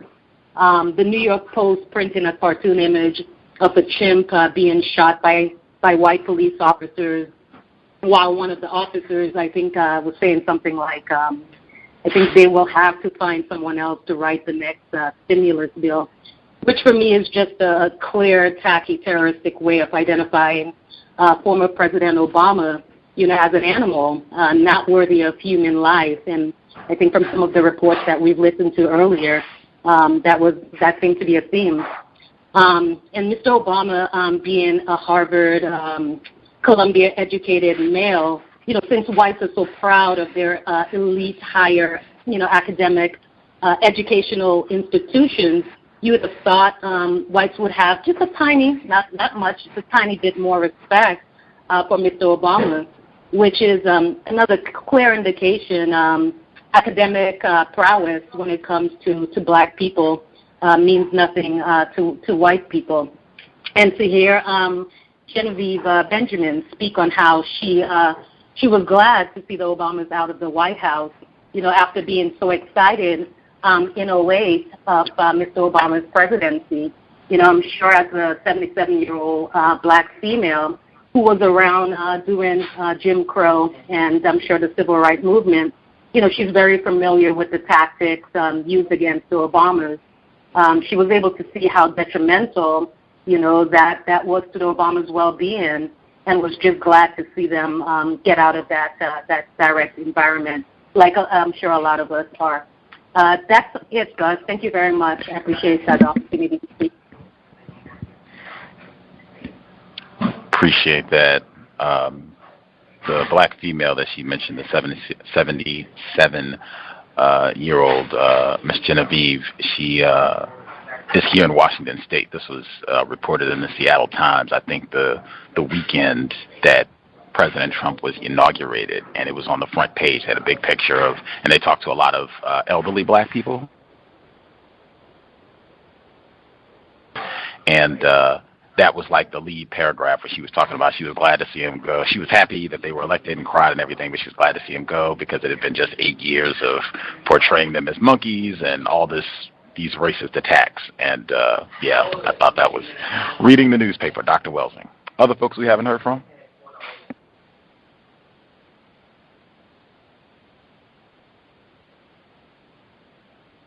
Can I be heard? Yes, sir. Greetings to you, Gus, and to the other callers and the listeners. This was a good program as usual. I missed a portion of the beginning, but I did get to hear, I would say probably at least the last 30 to 40 minutes. But I wanted to touch on, there was a clip you played about someone who, I guess a white cheerleader that had used the word nigger in some capacity, and it was at a school where that came to be the case, and they interviewed a white cheerleader during the clip, and she had actually said that she and others were told to watch what they say, watch what they post online, etc. And it was just interesting because they had all these white people that they brought out to basically speak against what transpired at the school. But in reality, when she was discussing the warnings and admonitions they were being given by the white faculty, they were basically being told to be refined and to watch what they post and whatnot so that situations like the one that was being reported didn't take place. So white people at a very young age are being taught to be more refined, and that to me was a good example of how that happens. The clip where we played the handcuffing of the 6-year-old black girl is just totally atrocious. That would never have been done to a white child whatsoever. Of course, we know in this system that black children are not seen as children, they're not treated as children, they're treated as monstrous adults that are going to do horrendous things if they're not contained and controlled like some sort of rabid animal. And I can't imagine how traumatizing that must be for a 6-year-old child who lost her father. Her mom is probably extremely ill, God forbid, deathly ill with cancer, and then she's going to be put in a situation where she's treated like some sort of common criminal. It's just horrendous for that young girl, and I just hope that she is able to get some sort of mental help just to help her deal with the trauma of having to go through that and just being terrorized by these white psychotic beasts that run the school that she's in. And lastly, there was a word that came up in the text yesterday for delectable Negro that I hadn't seen in such a long time that I actually had to look up the word. It was called deracinate, D-E-R-A-C-I-N-A-T-E. And when I looked it up, it says that it means, the first meaning means to uproot, and the second meaning means to remove or separate from a native environment or culture, especially to remove the racial or ethnic characteristics or influences from. And to me, that second meaning is exactly what black people have been experiencing from our first encounters with white supremacists. That is exactly what they've done. They've removed us from our native environment, and they've basically stripped us of all our racial and ethnic characteristics, replacing it with anti-blackness and just the heaviest dose and infusion of white supremacy that white people can give us. And that, to me, that word stood out just in a very powerful way after yesterday's reading. And I just wanted to throw that out there. Thank you very much, Gus. A great show, and I'll mute my line. Can I be heard? Yes, sir. Greetings, Gus, and the rest of the callers and the listeners on the line. It's Rob in Milwaukee. Great clips this week. I think the sequence of the clips was really good. I like the Ghetto Boys gangster song, followed by the CeeLo White Power, and seems this week to me that the white male is standing out, and the reign of terror that he gets to put out, basically just running rampant. That might have been a metaphor, but I think reign of terror was a metaphor too.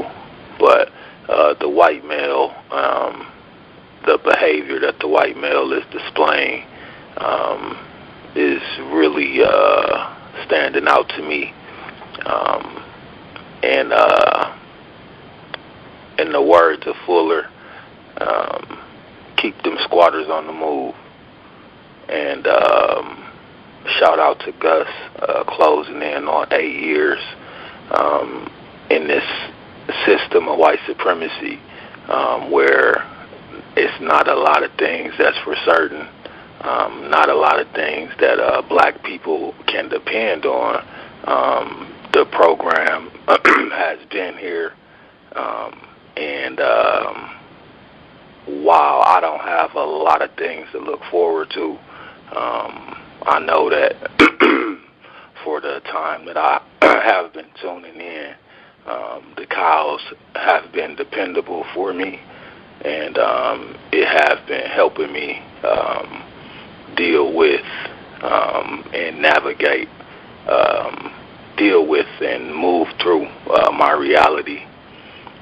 Shout out to Scotty Reed as well, and really want to thank the participants, the regular callers, week to week. People have been here showing up, and I really appreciate that. And if I have a chance to chime in later on, I will. Thank you, and I'll mute my line. Right on. Can I be heard? Hi, Mr. Reed. Yes, Amy, we can hear you. I'm sorry, I can wait if you were going to speak. Nope, I got my greeting in to Mr. Reed, and my thank you. Okay. I wanted to chime in after that caller because I agree. Very grateful for the dependability of the cows, and I feel the exact same way. There's not that much that I have to look forward to, but I eagerly anticipate being able to tune into the cows. So I wanted to second what the previous caller just said. Rob in Milwaukee, I wanted to second what you said. There were a couple of things I wanted to talk about regarding the clips, and the first one being about the healthcare. I'm always happy when you include things about healthcare and science, just because if not, I'm not even sure when I would come across this information, honestly. And I've been given that considerable thought about how our health is taken into consideration under a system of racism and white supremacy. And in my studies and stuff, I'm able to really discern studies are not conducted on us to find what's effective to help us. I know this isn't particular to the clip, but these things are done with white people in mind, to benefit white people, even though we might be included. That might just be in terms of fulfilling some type of like quota for an in-sample population of that you could test the medication on and stuff like that. But if we could ever dedicate healers and doctors and pharmacists and all of that, specifically developing methods to treat disease and illness only or specifically for highly melanated people, specifically black people, that would be wonderful, because I think there's an entire world of treatment possibilities for us that are particular to us, because we cannot deny like the reality of melanin as a molecule that is dominant in us but not in other people. So there's so many things that we can do, but that whole thing is closed to us because we're not in that sphere. The other thing I wanted to mention is, and I want to specifically mention this because I've become slightly frustrated when so-called articulate or eloquent black people claim to not understand what that is about when we are, met with other people who will like call us out on that or say something about that or say we sound white or anything like that. And I think it's just another way that we act like we're special, maybe the same way that people who have a white parent or who are fair-skinned or lighter-skinned will, act like they don't understand why they're being mistreated or feel like they're being mistreated by other black people. I reject that. I think that anybody who's so-called educated and articulate and they're black, they know exactly what it's about. And instead of being like, playing any type of victim role, and I'm speaking from personal experience, I think it's more empowering to admit what it is and then say that it doesn't mean anything. Means they call me an N-word just like they would call you if you don't speak the same type of English or whatever the way I do. We're all N-words in their eyes, and which means that we're all not human. So it doesn't matter. I'm not special, whatever. It just means I read a couple more books and I paid this, that's it. You know what I mean? Instead of making it something. Which brings me to the last thing that I'm going to say, because I struggle with this on a regular basis. But it's not that I'm not seen as a woman. It's that I'm not seen as a human being. And that is what that clip about the little girl being shackled to her chair, her hands and her feet were shackled. I'm not sure if it was to the chair. That might be incorrect. But the reason that there's a conversation around that is because who we are in most people's minds, most white people and most non-white, non-black people, is not human. We are animals and barbaric and uncivilized. And so that's what people think. That's how they think we should be treated, that we don't deserve compassion or consideration or to be placed in a context whatsoever. And I struggle with that because it hurts every time that I have to accept that's true. When people see me, they're not looking, screw a woman, you know what I'm saying? Like, I want that really badly, like, see me as a woman, but people aren't even seeing me as a human being. Thank you, and that's all I wanted to say. Can I be heard? Yes, sir. Howdy doody, everybody. It's Ken Steele, and I'm in Orange County, California tonight. And I wanted to focus on the 8th area of activity because I noticed there were just a number of articles this week that were being published that definitely addressed this situation. First, there was an observation that I made on a previous broadcast that I think Neely Fuller is correct in that there will be a massive movement away from seeing the whole smattering of acronyms that can be used to describe one's sexuality by the white supremacists. And an article was recently published that kind of gives lends credence to that observation. It's called I'm a Gay New Yorker, and I'm coming out as a conservative. and this is in the New York Post. And the article is written by, I guess, a homosexual suspected white supremacist named Chadwick Moore.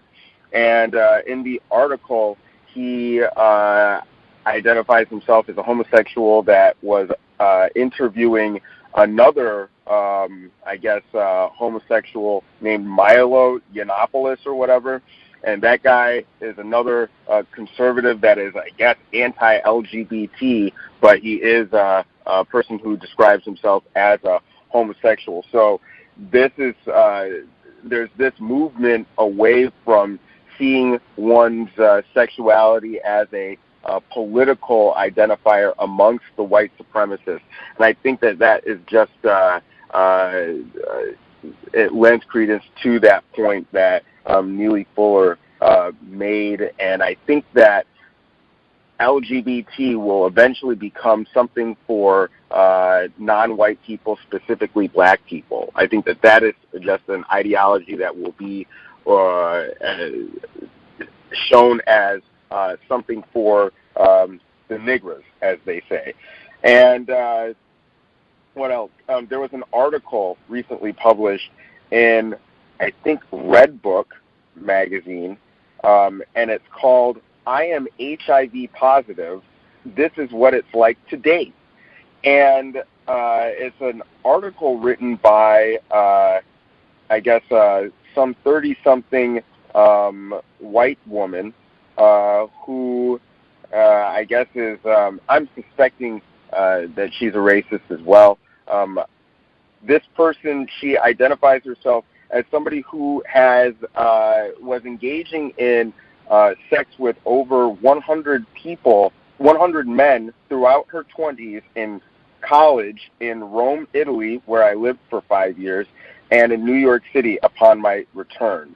Then she identifies that she was in a relationship when she found out that she had HIV, and she continued to be in that relationship for under a year. But it just was very interesting to me because she identifies herself as, her experiences dating while having HIV. And in some of these situations, she admits to not telling people that she has HIV. And she also identifies herself as having an undetectable amount of HIV, meaning that it's not detectable, her viral load is not detectable in lab tests. And I'm thinking to myself, well, how were you found out to have HIV in the first place if you have an undetectable load? And this is something that I made notice of when Charlie Sheen was announced to have HIV. He identified himself as having an undetectable viral load. And I've made the observation that the undetectable viral load version of HIV is the white version of saying, I don't have AIDS, but I have AIDS. Or HIV, rather. And there's just an undercurrent throughout this article. I implore you to take the time to read it. That, check this out, there's an undercurrent of, I don't have HIV. Throughout the whole article, there is an undercurrent of, HIV doesn't happen to me because I'm a white woman. And I'm just, I don't know. This article is very revealing. I suggest you guys read it. And then finally, there's an article that was recently published in, I believe it was The Atlantic. 10 seconds? It was basically,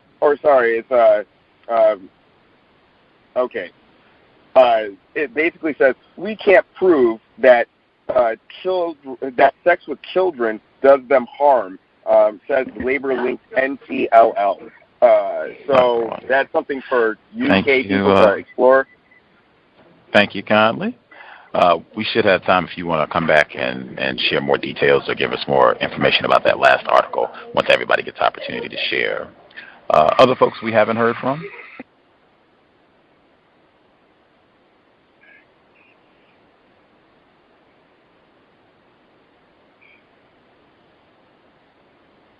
be heard?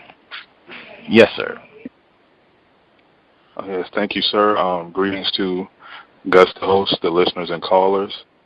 I wanted to touch on, I think it was a part of the audio segment where they was talking about some school students, I think it was a high school, to where they, I guess, were going to plan to bring some tortillas, I guess, to a game, maybe like a basketball game. And I remember hearing, I guess they were like interviewing or getting commentary from some of the students.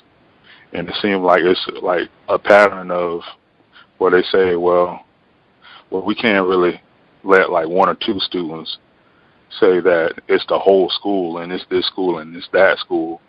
And one of the, I think it was the white male, that might have been a white male that said, well, you know, it wasn't the plan. He said that word plan. So I don't know if he was trying to constantly increase that refinement while saying, well, you know, it was just, I don't know if he said it was a joke. He was trying to, in my view, keep away from saying that it was racist, basically. He said it was not racist, but then described it as other things. So it's amazing how at that young age they are beginning to learn more and more.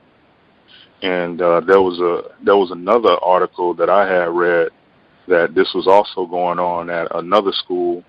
I think it was in Pittsburgh, I believe, or in the Pittsburgh area, you know, Pennsylvania. And they were doing more chants and holding up Trump signs. And the campaign is over, so still like a lot of dedication going on to be expected. And it was interesting to hear about the Cliven Bundy segment. And I didn't know it was going on that long, and it'll be interesting to hear another update on that. And that's pretty much all I can think of now. And thanks for allowing me to share. Can I be heard? Yes, sir. Greetings, everyone. Two things. Number one,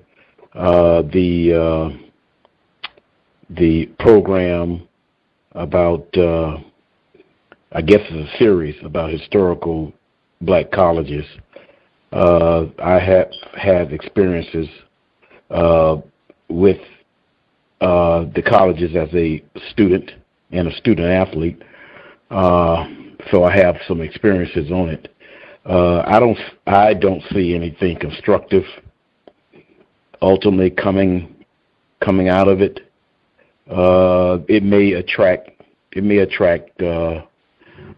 some students to attend the colleges, but I don't see that happening with the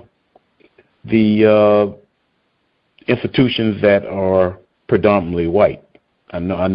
At least I haven't. Maybe somebody could tell me something different.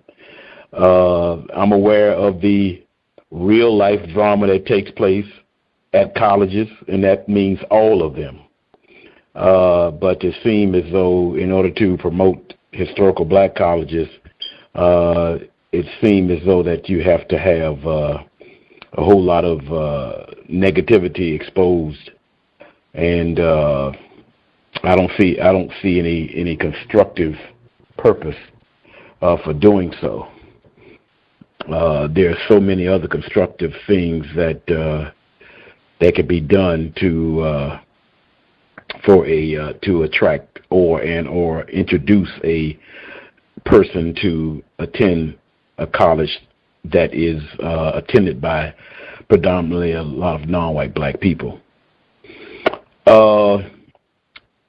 I'm down here in the South Florida area, Miami Gardens to be exact, lately because of the stepped up infiltration of firearms, just like any other area within the known universe where non-white black people are concentrated at, being that it's already is an unstable environment due to the system of racial white supremacy.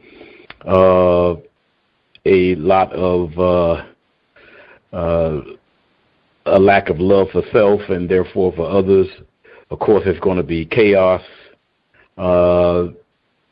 as far as from a standpoint of research, normally what takes place, it gets worse and worse and worse, and then the people who can leave out will eventually leave out because there's some other purpose that the races have for that area. It's happened all over the world as far as I know, the displacement. And I can see something like that happening down here, and in other places also. Being that where I stay at, the stadium, the Dolphin Stadium is there. I'm pretty sure there's some other quote unquote investors, white people with money, will be glad to come into the area and also bring people that are willing to spend money also that may take the place of the people leaving out. I don't have any plans myself, but just a thought on the recent violence that's been going on. And that's all I have to say. Thank you. May I be heard? Yes, sir. Yes, sir.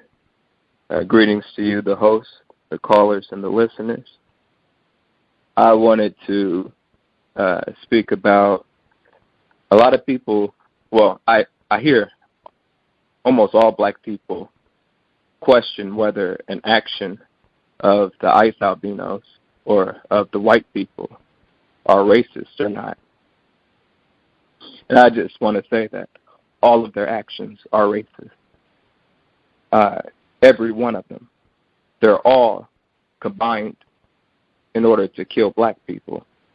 And I wanted to say that.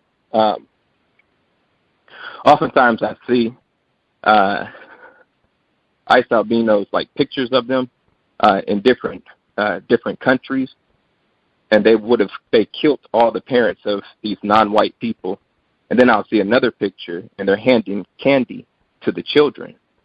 Well, I would say handing candy to the children is still a racist act. It's still a criminal act.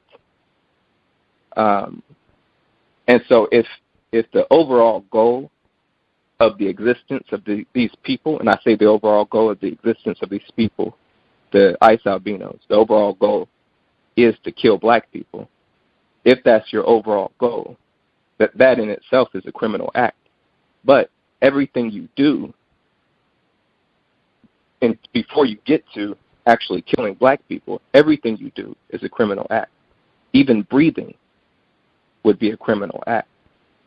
Even while they're sleeping, they're only sleeping in order to rest enough to wake up to go to war with us again the next morning. So even their rest was a criminal act or a racist act. And I wanted to say, just remind people that these terms are the terms that are synonymous. White is synonymous with racist, which is synonymous with racism, white supremacy. It all means kill black people, and it all means war against black people. That was the main thing that I just wanted to just add in. But I do understand. I completely understand. Even I trying to question, trying to figure out, which action is worse than another action that one of these creatures, one of these ICE albinos may be perpetrating against us. And that's all I wanted to say. Thank you.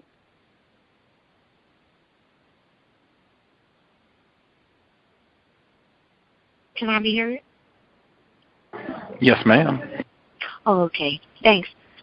Good evening to everyone and you. I wanted to comment on some of the clips. Like one of them, the police or the sheriff or whomever that had wrote the racist Facebook post and then deleted his whole page, but someone screenshotted it, and how they always acted, oh, well, we don't know, can't prove it was his, but if it was us, it would have been, oh, that was ridiculous, we're not tolerating that, and we're going to take stern action, he's suspended. I just noticed that every time they do anything, they just automatically defend the police, right or wrong. Just like with the little 6-year-old girl that they called, the school called the police on because she's a problem child and had an issue at school. But when they were trying to break it down to maybe why she's having these issues, that wasn't of a concern. No one, her dad, 6 months, she didn't even know him. I mean, it's just like they don't have the same compassion for our trauma or the trauma with our children. But with Timothy McVeigh, they did this whole breakdown of, oh, well, no, he's middle class poor, and his parents died, mom died, the divorce, and just all this stuff, and granddad, and then introduced him to guns, and he was the militant. So all this stuff, they make it so clean for them, but not for us. And then now when they go to high school, they make these little statements and act racist and say racist things, do racist things, have racist activities, and then when they're caught, like, hey, it's just one person, you're going to hold all of us accountable for just one person. It's always that with every incident in these high school, junior high schools, elementary schools. It's always, when they're the victim, it's always, they kind of deflect off of it or make it seem as if, oh, that's just one, you're not going to blame all of us for just one incident. Everything is only one incident with them. And that's about it. Yeah, that's all those historical black colleges. I went to, I was helping my son. I was sitting with my son as he was going through all these different colleges because I guess he's trying to select a college to go to. And we're looking at the graduation rate on time graduating. And a lot of those black colleges, their graduation rates are so low. And as far as graduating on time, if they do it all, and then with the funding and then all of the activities, like the fraternities and sororities, they're just so terrible. So I wouldn't want my child to go to one of those colleges because it just seems like it would be a distraction from his education at one of those colleges because you would literally have to jump into one of these activities or events and then all the partying. And not like they don't have them at the white colleges, but they're really not interested in you coming to them. So versus the black ones, we just tend to have a lot of fun. So I just wouldn't want them to be distracted in any of those colleges. And the fact that they said something about the water going off, so that means there's the funding, they get that last. So that's all I wanted to discuss. And thank you for taking my call, and I'll mute my line.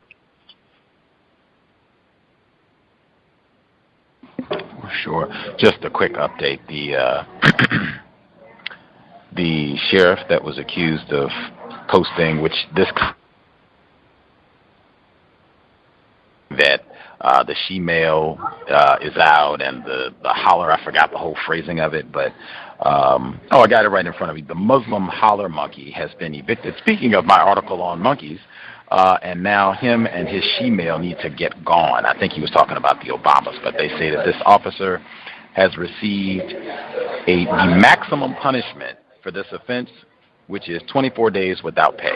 Suspension, 24 days without pay, and that is the maximum offense, or punishment for this offense. That's what's going down in Kentucky. Other folks that we have not heard from have commentary. May I be heard? Yes, ma'am. Good evening, Gus, and to the callers and listeners. I just wanted to share a little bit about the clip about the girl that was handcuffed or arrested, or the police was called on her. It was really interesting hearing that. I work in an attorney's office, and I was talking to one of the white attorneys, and he has I think his son, he said, is like 5 or 6 years old, and he was just kind of talking about how the school keeps calling him and his wife about his son acting out in class, and they're, trying to suspend him. He's white. I guess, I don't know if he called himself Jewish or not, but I think his wife is classified as Jewish. But at any rate, it was interesting because white people, they make up these diagnoses, and he said that his son has, it's called PANDAS, and it stands for Pediatric Autoimmune Neuropsychiatric Disorders associated with strepo something infections. So they come up with all these terms and these diagnoses for what their children have. And when I said, well, what is that? Well, what is your son doing? He's like, well, he's acting out in class. He's hitting other students. I live in Detroit, and so it was like we had a real bad snowstorm a couple weeks ago, and so the children had went outside, and I guess his son picked up a snowball and was throwing it and hit one of the other little girls in the class in the face, and he was just acting out. He started growling. They finally got the little boy in the class, and he was taking the socks off of some of the other students. I mean, just totally acting insane. And so all the things that he described, I'm like, okay, well, he didn't get arrested. They didn't call the police on him. They didn't handcuff him. All these things that I heard that was, being done to this black student, it's just interesting because then he's like, well, and he was he was upset. He's like, I'm writing letters to the school. My child has PANDAS and PANDAS this and PANDAS that. And I'm like, what is PANDAS? And it was just interesting how they, make up these, they diagnose their own children and just come up with all this stuff, but yet and still, when it's a non-white child, they will arrest them and treat our children, as not human. So I just thought that was interesting. Had that conversation with him in the office, and then I just appreciated. There was a couple calls back that someone suggested going back in the archives and listening to when we had the book study session on the Turner Diaries, and I read the book, and I'm on the last reading segment.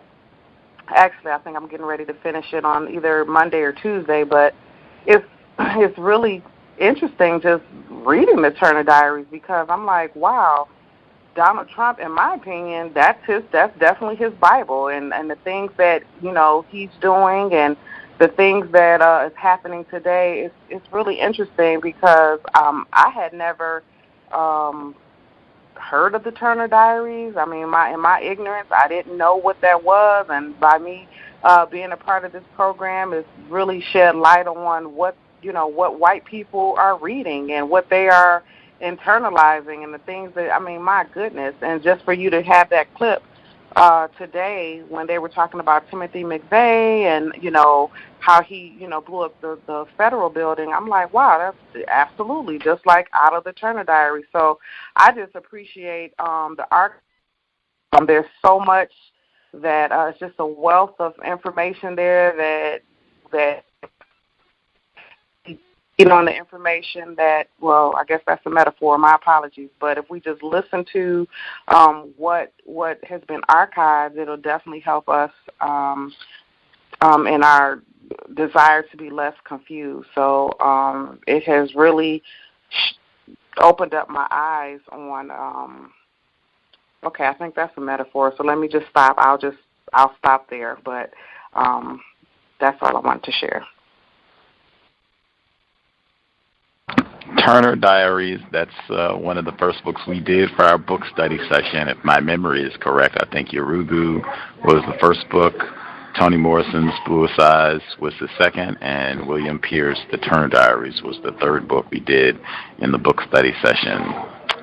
Whew, man, oh man. Other folks who dialed in have commentary, feel free. Line should be open. Can I be heard? Yes, sir. Good evening to Gus and to all of the callers tonight. I'm always glad to catch a live show. To start off with, I want to make a correction on a statement. By the way, this is V from Central New York. I want to make a correction on a statement I made a couple weeks ago, the last time I was with you. I said that Blue Bloods, the television show, took place in Chicago, when in fact it is a show that is set in New York City. Unfortunately, because I don't watch that much TV, which is, I guess it's not unfortunate, I guess that's very fortunate, but I took the word of a white person who described the show to me a couple of years ago, and I never went and actually fact-checked their assertion and their claim. So let me start off by correcting that.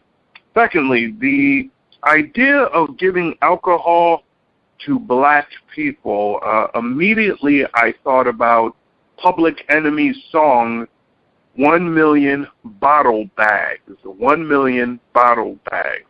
One of, honestly, their greatest songs ever. It really asks the genuine question of what is in the stuff that black people are drinking when they are so-called drinking alcohol.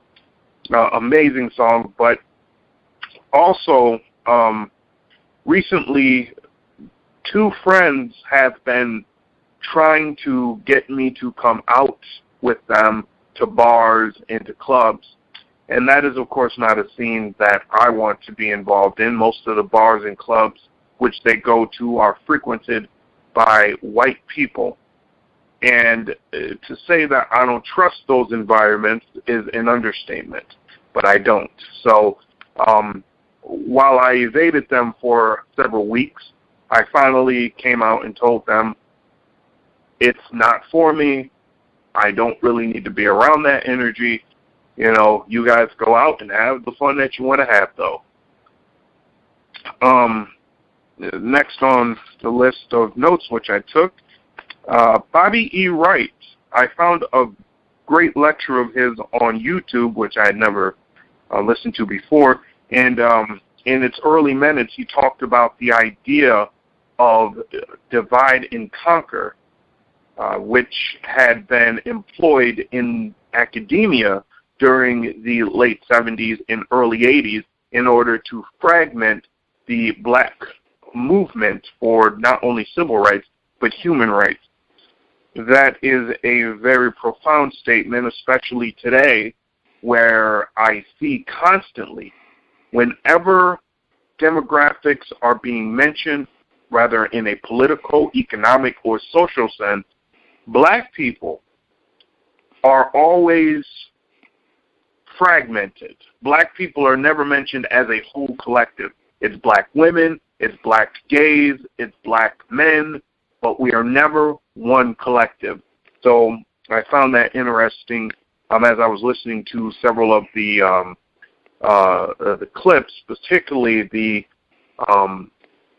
clip on the young black woman young black girl being handcuffed by police officers. This is something that my best friend, who grew up in a very depressed urban center in Florida, told me about years ago, where he remembered being in kindergarten, which would have been the mid to late part of the 80s, and the police coming in and handcuffing a black male friend of his who was, quote, acting bad for the teacher. And then finally, something that has happened to me a couple of times over the last 6 months, my maintenance guy who comes around and fixes things is a white guy. Actually, there's 2 of them, but only one of them seems very interested in the fact that I buy books. He has asked me twice in the last 6 months why I buy so many books, what am I planning on doing with all the books. Even he saw that I had a large order come in, and he said, "Wow, you received a bunch of books the other day, huh?" I said, "Yep." I said, "Well, so you gonna write a book or something?" I said, "Oh no, maybe, possibly." Oh, well, okay, keep reading. I found that odd I really don't know why, but I found that odd that he would take interest in that. Anyway, I'm signing off, and everyone, please have a good night.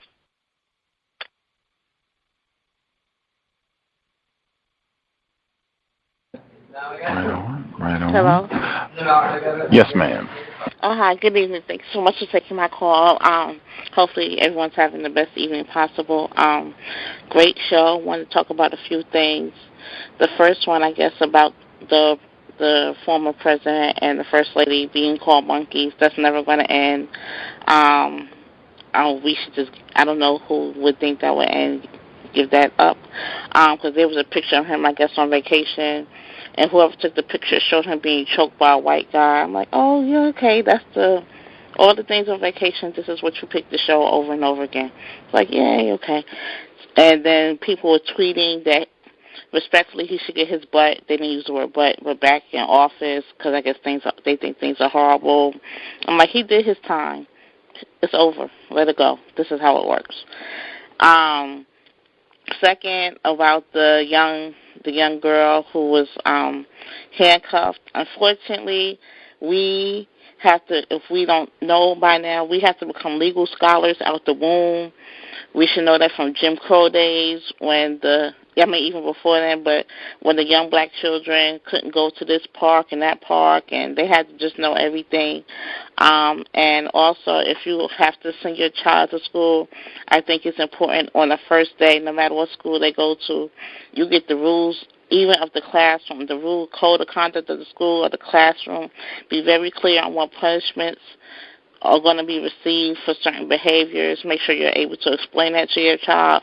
If they refuse to give that to you, I would take it to the media. I would not put my child in the class because you don't know what's going to happen. Because every time you turn around now, there's some new law about arresting kids. There's one in Minnesota. You can be arrested for felony at 5 years old. I don't know what you can do that's so bad at 5 years old.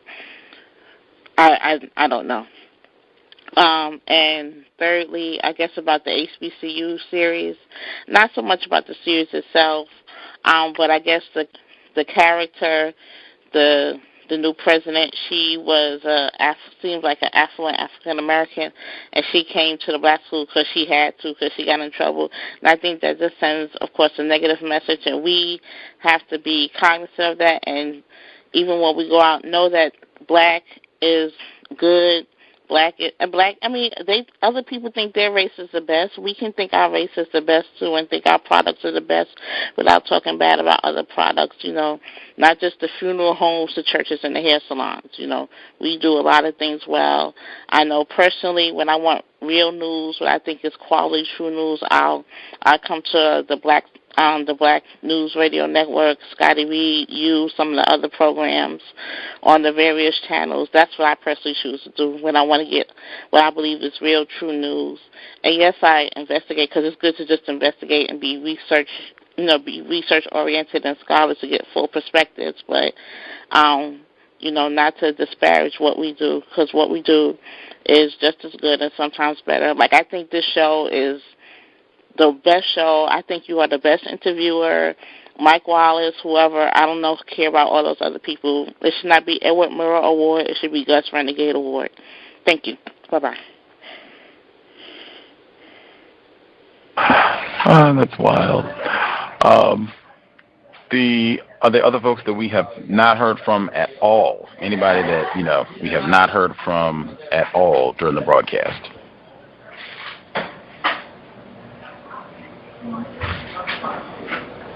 Did we get everybody? Spectacular if we got everybody. If we have not heard from you and you have comments that you want to share, if you have a question or what have you, you should just go ahead and get your hand up now. We have ample time. So if you have comments, questions you would like to share, just get your hand up. We had a person who wrote in. It looks like they wanted feedback. So what they wrote in, they said, I was at the gym today, and in the locker room, a non-white individual classified as a Hispanic male was in conversation with his Hispanic male friend. They were talking with one another and using the term nigga, N-I-G-G-A, and happened to notice I was in the area, and they asked me if I heard their conversation and hoped that I was not offended. he wanted me to ask you all, how would you all have addressed the situation as such? He said he had no comment. He just, I guess, proceeded. Can I start? They were, yes, sir. Just additional context. They were using the term referring to other friends that are not black based on what he heard, just for additional information.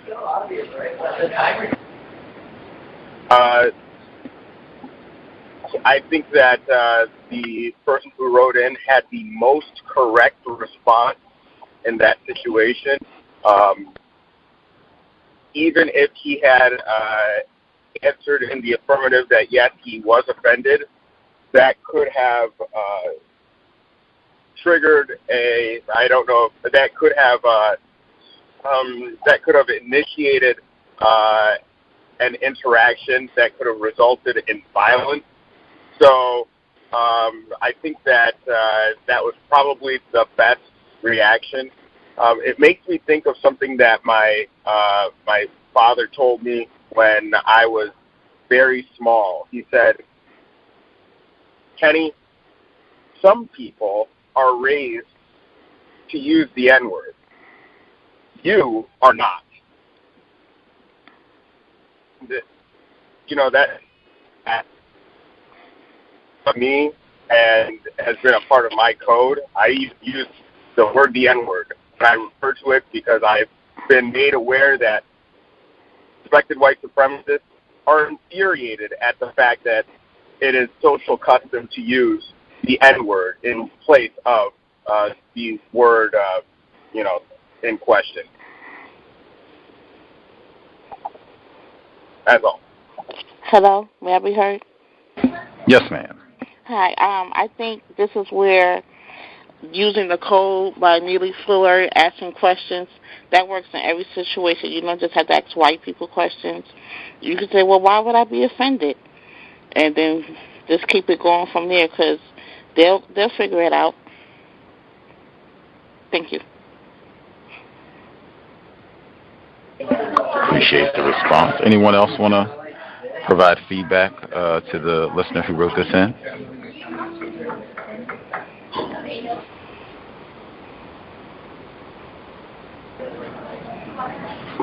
Reckon folks are good for the time being. If anybody else listening wants to share on that, feel free as well. I also thought the situation with the high school students, where the high school cheerleader, she spelled out nigger in the video, and then they went to talk to the other people. I also thought it was important. It seemed like so many of the people, they felt they were the victims because the school was being portrayed poorly, as though, oh, this is a racist school because this incident happened, where I felt like most of the people that commented, they were just upset, like, I can't believe they're making the whole school look bad. This is terrible. That reflects bad. It should just reflect poorly on the one person who did this, not all of us. Like, I'm ashamed. My stomach is sickened about all this because they've tried to make us all look so bad.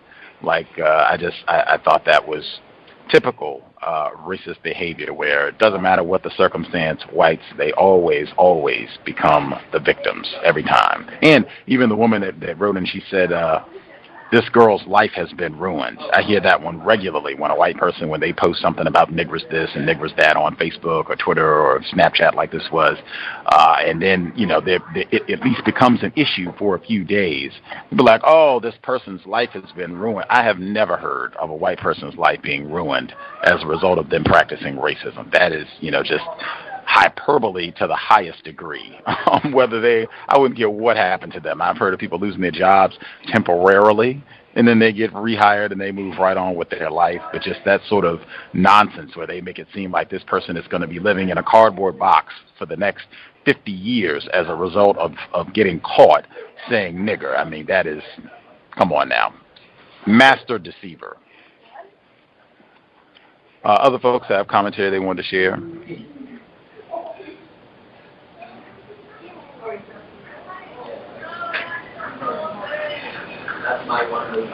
Have we heard? Yes, sir. Oh, yes. Speaking on that, like there's been a term that I've been hearing.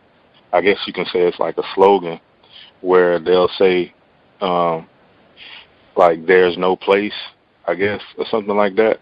And I know it's got to be more than one person.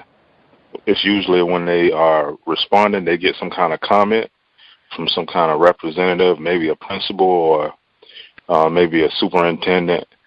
They'll usually incorporate that phrase when addressing some kind of racial incident. And it's either that or they don't want to give any comment. And, it's either that or, we don't tolerate and it doesn't reflect the views of such and such. It's pretty much like somewhat of a template, the general same template that they use when these kinds of incidents happen. And they don't never really seem to deviate from that. So I guess it's a form of codification. I might think it seems that it is, but yeah, I just wanted to point out that slogan that they tend to use. Have you ever noticed that as well? The boiler, like this incident is not a reflection of our values, and we take this incident seriously. That general response, absolutely, and I think they do have people that do public relations and crisis management, where they come in and they tell you, say this, do not say this, or just say no comment. So I'm sure that particularly if it's a racial matter, they get the words together quickly. That's probably meeting number one. Exactly what we're going to say, and exactly right, the exact border, because it seems like everybody says the same thing. This is not a reflection of our values, and we're going to get to the bottom. We're going to take this seriously, and we're going to get to the bottom. I mean, you can almost predict exactly what they're going to say. Can I also include dialogue? Dialogue.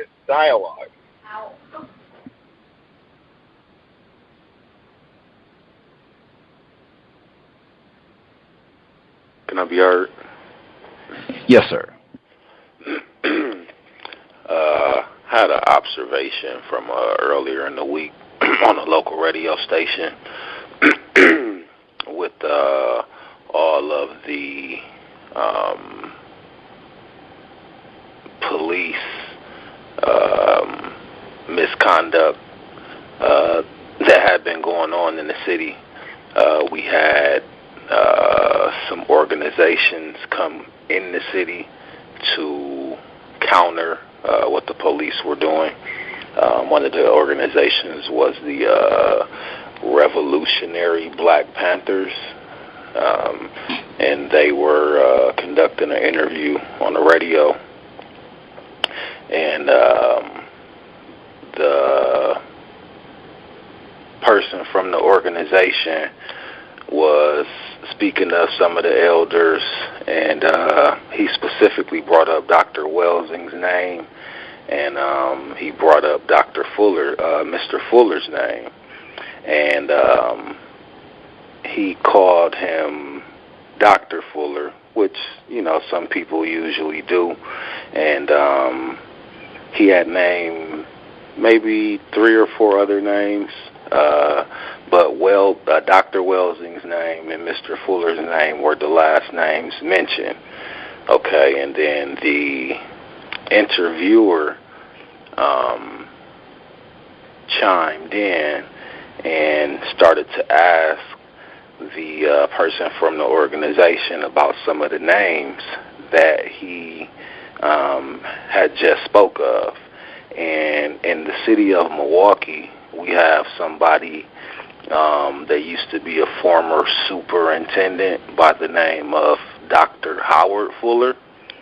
And when the interviewer was talking to the person from the organization, he started to speak about Dr. Fuller, and he said Howard Fuller specifically.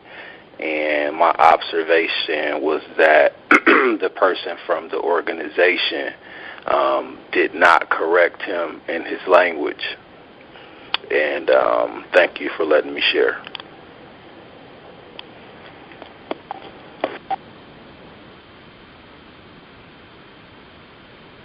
Very, very important, especially if you're speaking publicly about racism.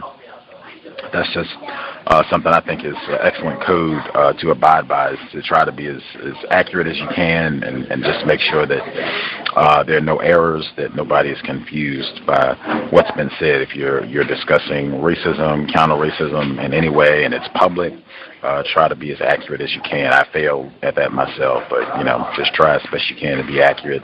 Make sure there's no confusion.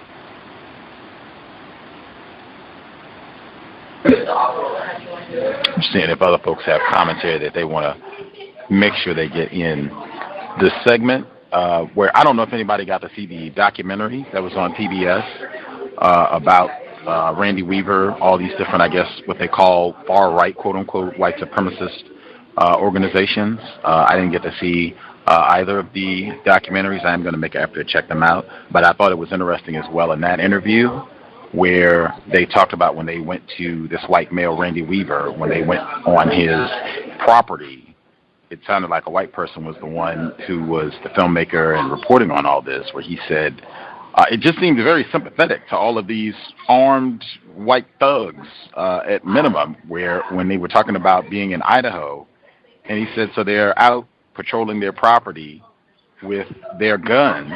And he said, well, that's very common. Like, it was immediately like, hey, there is nothing criminal or mischievous about that. That's just what Idahoans do. They patrol their property with their firearms as good, Second Amendment loving constitutional American citizens. Like, that was the immediate pushback. Like, don't be thinking there's anything incorrect or, wrong about them patrolling their property with firearms. And then the fact that this shooting goes down, you've got casualties on both sides, and they get totally acquitted just on the grounds of saying, hey, we didn't know that these were officers. And, I guess the judge accepts that and they get exonerated of all charges. That is why, again, just contrast that to black people. Organization. You could just pick your illustration. You can put that with the whole Cliven Bundy situation. I'm very eager to see how that trial goes down this year as well. But I thought that was really interesting. I have to check out the documentaries to see, how these groups are portrayed in the video. Has anybody seen any of those films that were on PBS, or at least one of them I think was on PBS this week? I saw, if not all, a few of them. I've seen them. It was detailed about the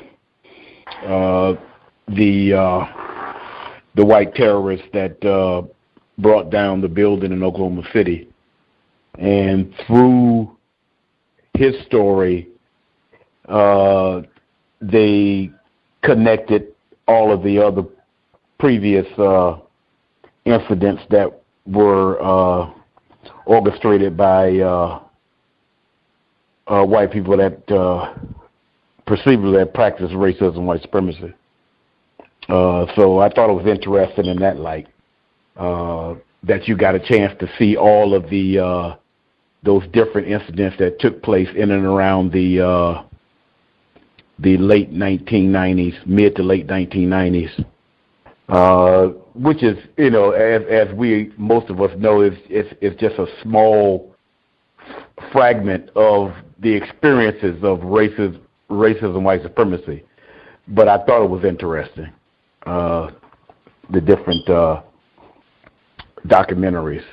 Basically, with the racists who blew up the building in Oklahoma City. It was basically stating on how he was affected by the central white person in each of those incidents. To whereas even on the day that he blew up the building, it was on the anniversary, I believe, of the white male who led this. David Koresh, I think, the Branch Davidian. Yes, David Koresh, right. It actually was on that on the anniversary.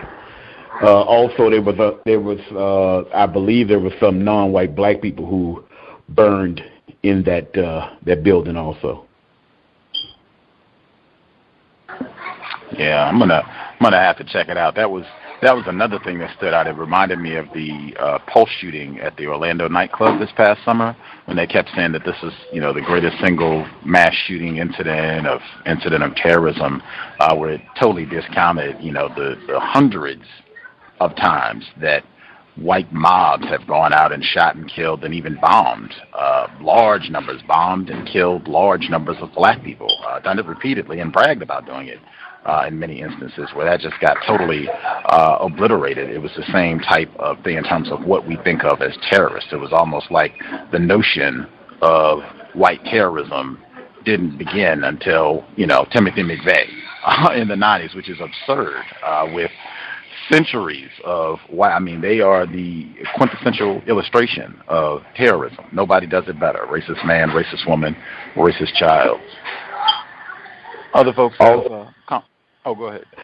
I was gonna say one thing that just kind of like gets on my nerves is this distinction, primarily coming from white people primarily, and I believe the terms came up from white people to describe different opinions politically by stating left, right, sometimes even middle, I've heard, but not as much, but left and right.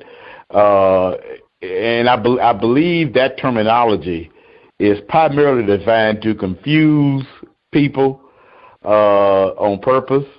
Well, most things that white people do are on purpose, and it just kind of like irks me every time I hear the terminology. Because it can be very confusing, I would say, to the listener.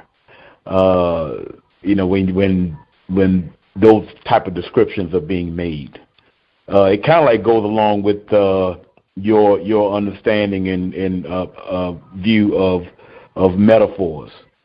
When that terminology comes up, left and right, that sort of thing.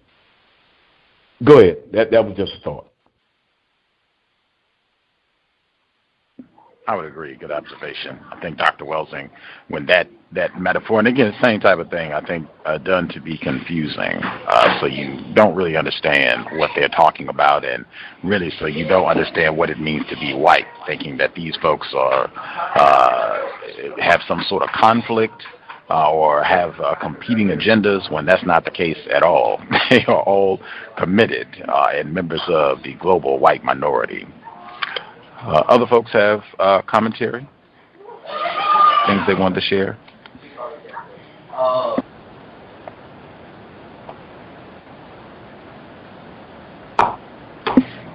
Did folks pay attention to the what they call rioting that took place this week in Paris, France, after the enforcement officials allegedly anally raped a black male? That took place. They were out in the street protesting, and they even had some Black Lives Matter signs and what have you. Did folks pay attention, catch any of the details with that? My first time hearing about it. I saw the article on Facebook, and what's the black male name? I don't want to mispronounce it, but it was a black male in, I think, New York, where they used a baton to the right. Yep, and I think it was very similar to that case. And I saw that the French president claimed that it happened by accident. It was an accident. So you anally rape a black male with, a phallic object, and it's by accident. I don't know how someone could even get up and say that, and how it's white people. White people are just psychopathic and sociopathic, but you just accidentally rape somebody. Okay, unbelievable. I do think it's interesting because they're right in the middle of the French elections. Because they were saying that the disturbances in the street, that they went on for a few days, and this has become like a big deal with this going on in the middle of their elections. And what you heard Marine Le Pen, what she's been saying, and she's like the female version of Donald Trump.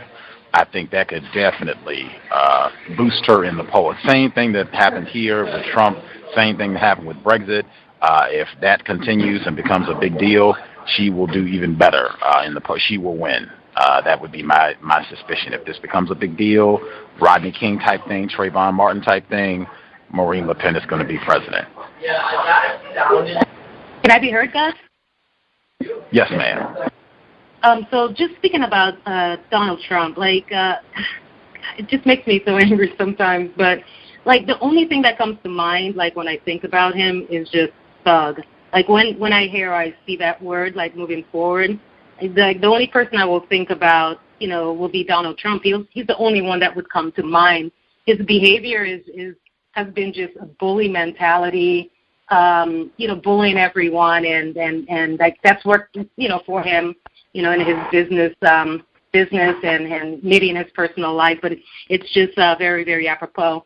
And then if you change the Bundys to black males, it would just be a wrap. I'm sorry, that's a metaphor. It would just be over. There would be no trial to even, try to get an acquittal. You played the song White Power, and I think Rob said it was by CeeLo Green.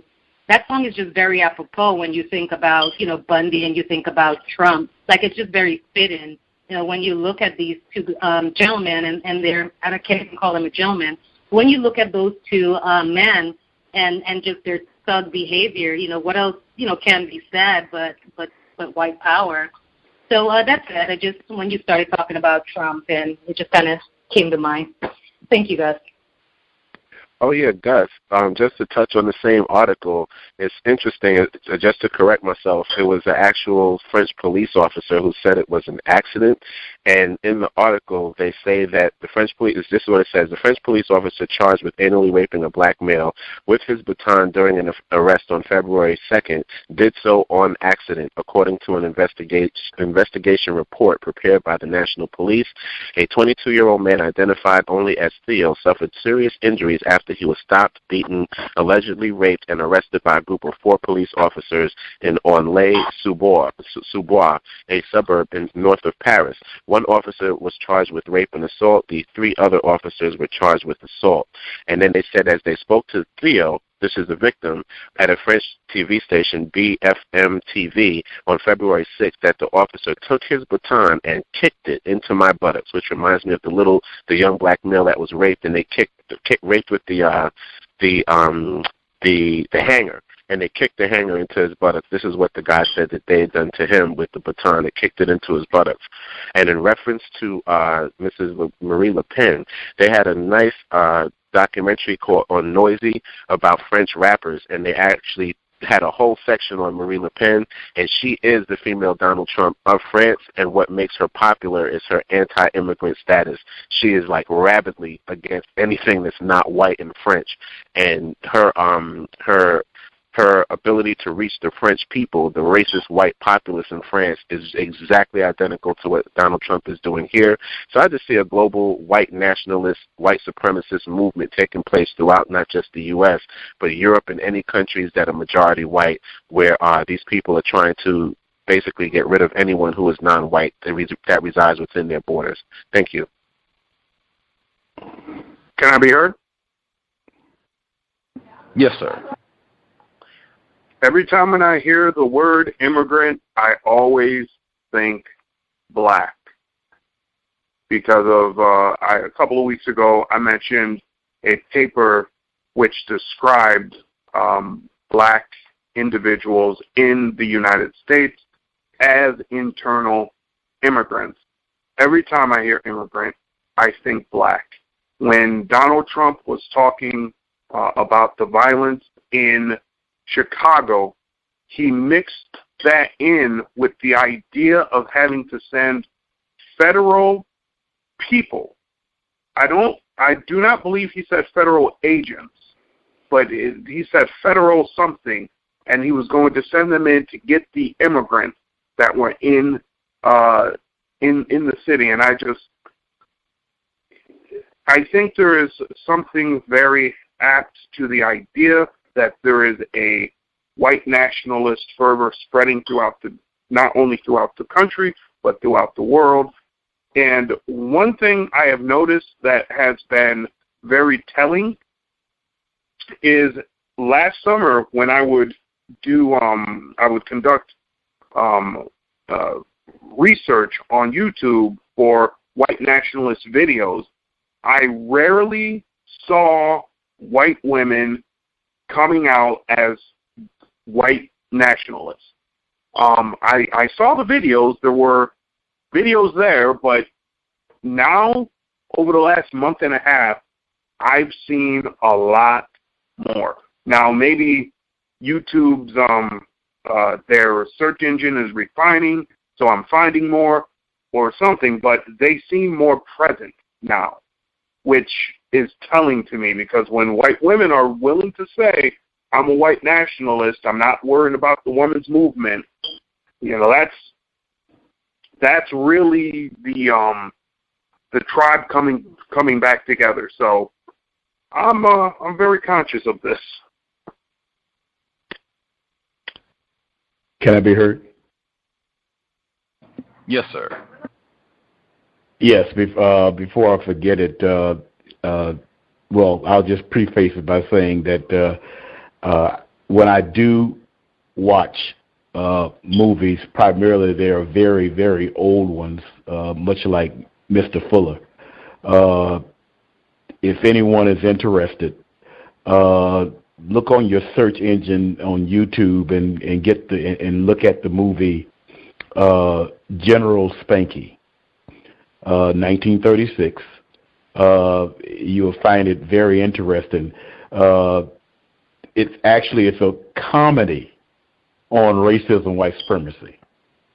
If you can understand on what I'm saying, it actually is a comedy. Some of us may be old enough to remember the original, quote unquote, Our Game, and it's that setting, and the setting is the quote unquote Civil War at the time, and that's the only thing I'm going to say about it. Just look at if you can stand it. The movie General Spanky. It's very similar to the other movie that I recommended with Shirley Temple in it. Very similar to it. Also, I just have been having a thought as far as President Trump and his family and the image, quote unquote, of racism, white supremacy. I would rather for that image to be showed around the world. It's more of a, in my view, a much more clearer and quote unquote simpler image of racism, white supremacy.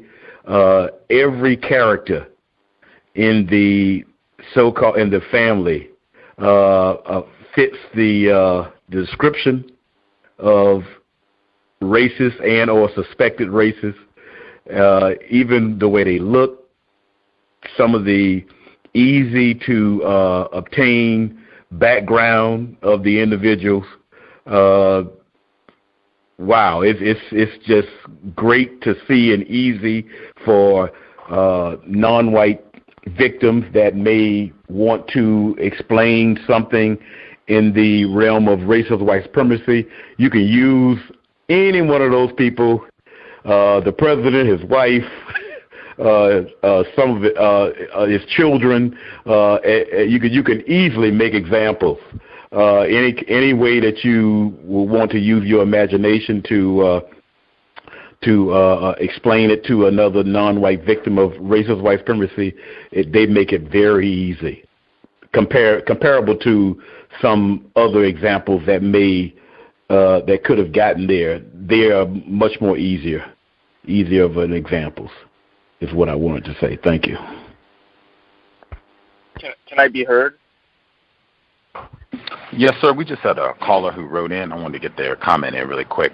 The question, I went to the dentist this past week. The dentist is likely considered to be a non-white male, possibly Middle Eastern or the like. He is friendly, and I never had an issue with him. He also has a staff of white and non-white females. The issue I had was with a white racist suspect, possibly Swedish because of her accent, technician who was finishing up the dental work. Throughout the procedure, she kept setting the dental tools on my bib, which was on my chest, and then she picked them up again as needed. In the past, I had similar issues with white women in my chest area. This hasn't ever happened to me before or to any black females I'm associated with. It made me feel extremely uncomfortable, and I was too afraid to say anything. I feared that she would intentionally mess up my dental procedure, and my mouth was numbed. My question for any black females is, what would they do in that situation? Any black female listeners have a response to this caller's question? Gus, I didn't hear the part. What did she do to her breast? The white dental technician was sitting her dental instruments on this black female's chest area as she was finishing up the remaining parts of her dental work that she was getting done. So she was just sitting whatever tool she was using on this black female's chest area as she was working on her mouth. Thank you for clarifying that. I missed it for a second, but my first thing would be there's nothing incorrect about being professional in stating what you're comfortable with or what you are uncomfortable with. And so I completely understand saying, well, you don't want to say anything because you don't want her to take it out on your mouth or to mess up your dental procedure. Simultaneously, at the same time, I would say, as you are sitting there and as she places things, just, I'm uncomfortable with that. Please don't do that. I don't like the way that feels. It's making me more stressed out for whatever it is that I'm getting done. Devising any kind of way that you can say it to where there's no emotion in it. This is just I'm not even, race has nothing to do with this. This is just me being me about this whole dental thing, and saying it in such a way that it's up front, we're clear, I'm polite, you're polite, and so that, your thing behind it is you don't want this white woman touching your breast or putting things on your breast. But what she's going to see is, oh, this is someone who's just unable to focus. Maybe she has something going on, the way that she feels about her body or something. So just to kind of skew to mask what you really are saying so that she's looking at something else, but you still get what it is that you want met. I don't think there's anything incorrect about asking someone not to place dental tools on your breast because they actually have a table right next to all of their noisy instruments where they sit all of their tools. So they have space to accommodate their tools, and they don't have to use your body.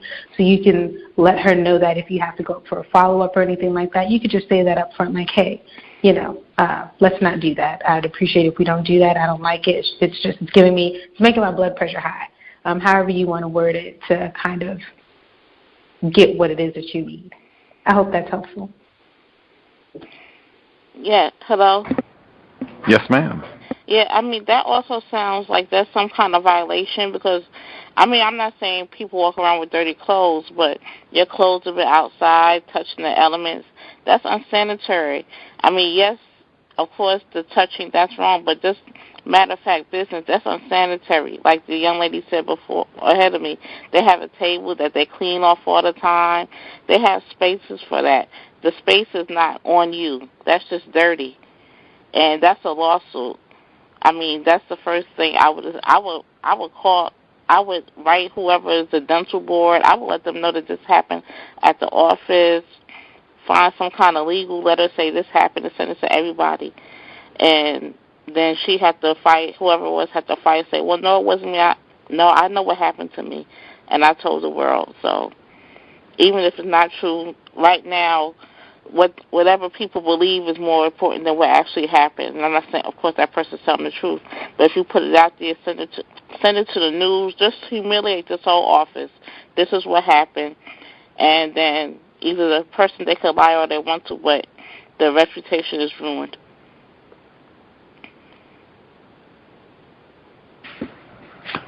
Do we have any other females who wanted to respond? She asked specifically if there were black females who had suggestions for how they would respond to this sort of situation.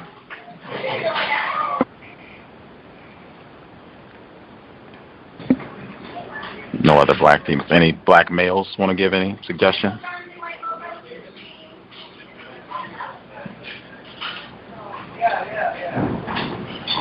Right on.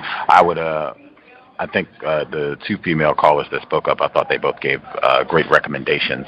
I would only say this asking questions can work well in many different settings. You can even put that in the form of a question. Is it possible that you can sit these instruments elsewhere? In the form of a question. You can do that also. I did hear you, Rob, in Wisconsin, but there were two other people that called in. I just want to make sure I get them so that everybody gets the opportunity. 6102, Thomas in New York. I think both of you should be with us. Hi, this is 6102. I agree with the last two callers that it's not hygienic at all, and I would simply ask them to remove it off of my chest. As they said, there is a tray where they can put their tools, and it definitely shouldn't be on your chest. And that was all I had to say. I would ask her, would she do that to a white person? And she said, what you mean? I'd be like, would you put instruments on your blouse that they wore outside, which is very ethical, is to potentially contaminate my teeth? Would you do that to a white person? And see what they say, being that they're Arab, you said, or I believe you said that they're Arab. Well, the person that she was having a problem with was a white woman. It was the dental technician who was putting the tools on her chest area. Oh, okay. Well, in that case, I would have definitely reported her to the board immediately. I mean, that's just totally unsanitary, and it's something that should never happen. I've never gone to a dentist, and they usually put that thing around your chest, and they keep all the instruments on the side. So, I would definitely, when she was done, I would have said something. I found this was very unprofessional, and I'm going to report you, and see what she would have said. But I definitely would have wanted to see a reaction from her before I left the office.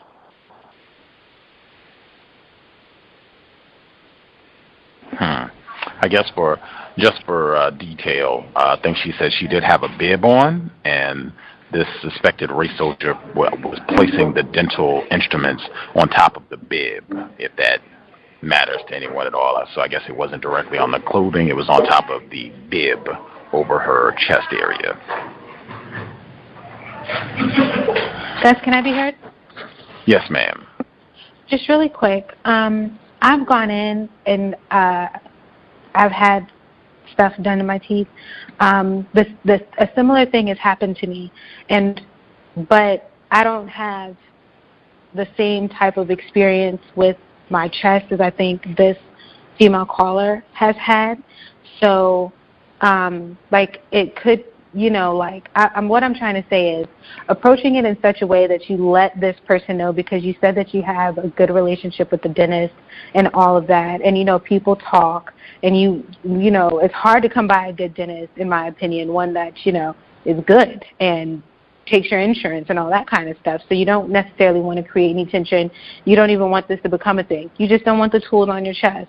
And so I think, because they might do it, like I'm telling you, it has happened to me, but I don't, you know what I'm saying? It might be different if it was a different part of my body, but I didn't even pay it any attention. And actually it was a black woman when she did it, when she was cleaning my teeth. She sat them there. But so I'm saying simply, I don't like this. This is uncomfortable. I do agree with Gus. Can we just sit these some other place? Just go ahead and posing it in a question. She'll say yes, because of course she has to. You're the customer, the client, the patient, whatever, your rights. there's room for it. That it doesn't really have to be a big thing, and you can get what you need, get your needs met without it turning into something else. That's it. Thank you.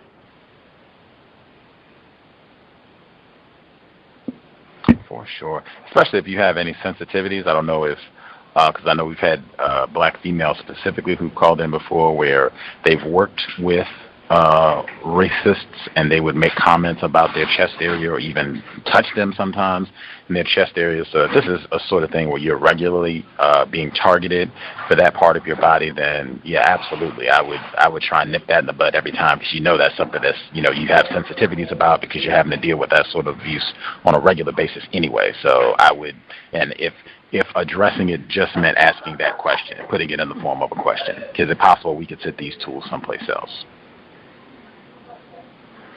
Unless other folks had commentary, we have about 10 minutes. Ken Steele, were you going to comment? Thank you for your patience.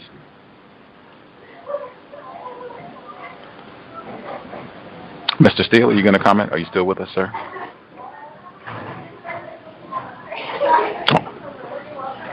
Maybe he muted himself. Not sure. Do we have other folks, anything they needed to get out the last 10 minutes before we get ready to wrap things up? Can I be heard? Yes, sir.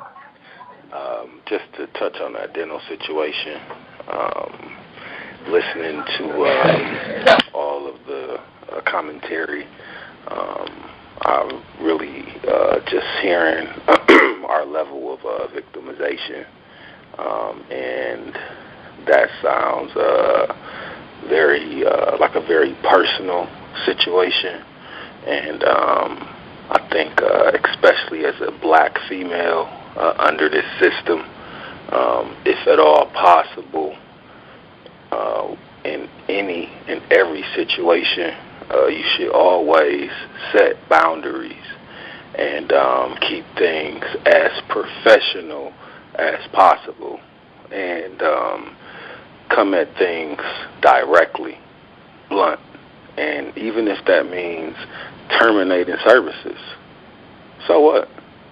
And thank you.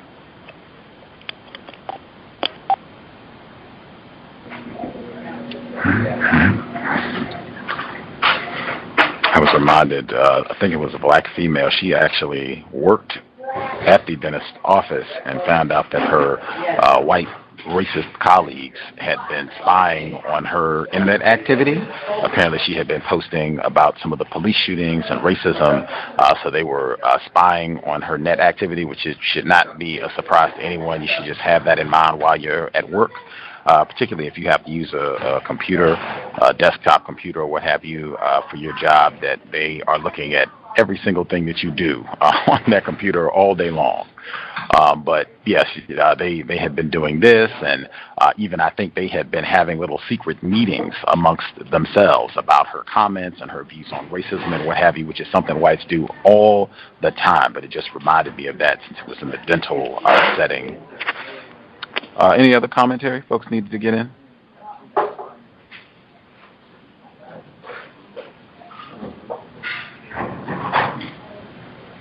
Everyone satisfied? I know Thomas in New York, I saw his hand up earlier. I didn't know if that was everything he wanted to get in or if he's even in a spot where he can communicate with us right now. We should be here. I thought it was Monday. It might be Tuesday, but it's one of the days at the beginning of the week. Black Women of Brazil, the founder of that website, where they talk exclusively Brazil, that area of the world. They have the highest population of black people in the Western Hemisphere. We were supposed to do that program this past Monday. His daughter was ill, and they had to get her medical attention. Being a parent is tough work, so we rescheduled. Should be at the top of the week. We're just confirming to make sure that the date is all set. But that should be, like I said, either Monday or Tuesday. And then Mr. Keith Beauchamp, he should be back on the program. Folks recall back in 2015, he was on the broadcast. He is a celebrated documentary filmmaker. He did the documentary The Untold Story of Emmett Lewis Till, about the 1955 murder of this 14-year-old black child down in the Mississippi area. That was in 2005. He also did a documentary on the Moores Ford Bridge lynching that took place in Georgia in the 1940s, right after World War II. He did quite a few other projects, all dealing with racism, different crimes where black people have been targeted, terrorized, brutalized. Specifically with Emmett Till, there's been a lot of publicity about Timothy B. Tyson's new book. He's a suspected racist. His new book on Emmett Till and all the controversy around Carolyn Bryant Dunham, the white woman who Emmett Till allegedly whistled at or insulted or whatever the lie is that warranted him being tortured and killed. That Mr. Tyson interviewed her in 2008, and she confessed to lying. That's kind of the big premise of the new book. I spoke with Mr. Beauchamp about it because he's been so intimately involved with the case. He worked closely with the Till family. He worked with Mamie Till Mobley, Emmett Till's mother, for 8.5 years before she died in 2003. In fact, his work got the case reopened, and he worked with the Department of Justice on a number of civil rights cold cases because he uncovered so much research. So, I mean, this is not just some, hack, some cut-rate person who read a few books or what have you. I mean, he's done a lot of great research in this case. So I got his opinion. It ended up becoming a part of a report that should be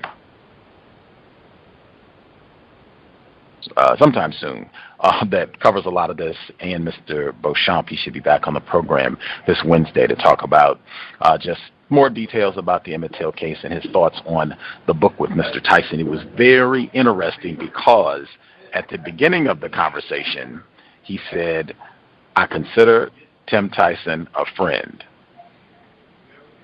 And he explained how they have comrades, Reverend Barber down in North Carolina, and different people that they know who've worked together and what have you. So he said, "I respect Tim Thomas, wrong Tim." He said, "I respect Timothy Tyson, and I, respect him as a historian. I consider him a friend." But he just said he had real problems with the book and just a lot of the details. Like I said, it'll be in the article and he'll be on the program. But after we had spoken for about 40 minutes, and I think he said specifically, "I want to give Tim Tyson the benefit of the doubt in all of this, that maybe he didn't do this on purpose, maybe he didn't know this, that, and the other." And I said, well, how much of a benefit do we afford him with a book written by a white historian that was published in between Dr. King's holiday and Black History Month? And he said, I wish that had been on the program, because he was going to respond, and he said, he basically, that was the response. Basically, he got to a point where he couldn't really give an adequate response. He said, that's a pretty good question. I mean, that would seem like perfect timing. That would seem like, there was some forethought. He said anybody who works on this stuff at all knows that the perfect time to publish a book on civil rights history, African American history, is January, February, exactly when Mr. Tyson's new book was published. But that'll be coming up on Wednesday. Looking forward to that, and the article as well when that gets published. I did email Mr. Tyson for comment. He didn't write back. I'll write him again and see if he'd be willing to come on the program to discuss his latest book. We have about 3 minutes. Anything folks need to get in quickly that you can state in like 60 seconds, or everybody satisfied? We can move forward with our Saturday evening. Let's see. We'll see if we can get both of you. Get Thomas in New York. Lady could go first. Okay, thank you, Thomas. Actually, fitting time. It was actually in reference to you. I just wanted to let you, Thomas, know that I appreciated your commentary last night on the delectable Negro and making the connection with consumption when it comes to whites using black people's organs for longevity. I thought that was brilliant and something that I kind of thought about, but to have you kind of explain it and comment on it yesterday, I listened to the program today, was very helpful. So thank you. That's all I wanted to say. Oh, thank you very much. Once a long time ago, I was working at a job, man. They were like vampires. Every week they were asking for blood. And one of the questions was, have you been to Europe in the last 4 years? And I asked why they asked that question. They said, if you were, then we don't want your blood because of whatever reason. So I kind of let me think that their blood is no good. What I wanted to say was today I buried my step-pops, and it was in a church, one of the places I hate to go. But I just want to say the power of religion, that area is very, very, very powerful. And, I mean, I don't even know if there's a way to to stop it. It's so powerful. I mean, just how even me, a non-religious person, and someone started singing a song, and how it could bring the emotion out of you, even though I'm not a religious person, it's just so powerful. And I just wanted to say that, and I'll mute my line. Thank you, Gus. I remember you had told us about that earlier this week. Certainly our condolences to your family and memory of your stepfather. I know that is definitely unpleasant situation. I wish you all the best, and pray for him, he and his family, you and your family, dealing with the loss. That should do it for the broadcast. Get the exact date and time for Black Women of Brazil, because that'll be at the beginning of the week. As I stated, Mr. Beauchamp, he'll be with us Wednesday, 8 p.m. Eastern, 5 p.m. Pacific. Coming up, Delectable Negro, a week at the end of the week. This coming Friday, we'll be on Section 4. We're right at the end of Chapter 2, so we're very early in the book. If you haven't started or haven't been following along, you can catch up. It is tremendous. I'm very much enjoying the read. I think you'll appreciate a lot if you follow along with the text. You can check the archives if you have not been keeping up with the reading thus far. With that, thanks everyone for tuning in. I hope it has been a constructive investment of your Saturday evening. If you have any confusion, if you have questions, can't find something in the archives, feel free to drop an email, and we'll see if we can help you out. Untiljustice@gmail.com. Untiljustice@gmail.com. Thanks, everyone, for tuning in. I hope it was helpful in some way, you getting a better understanding of racism, white supremacy.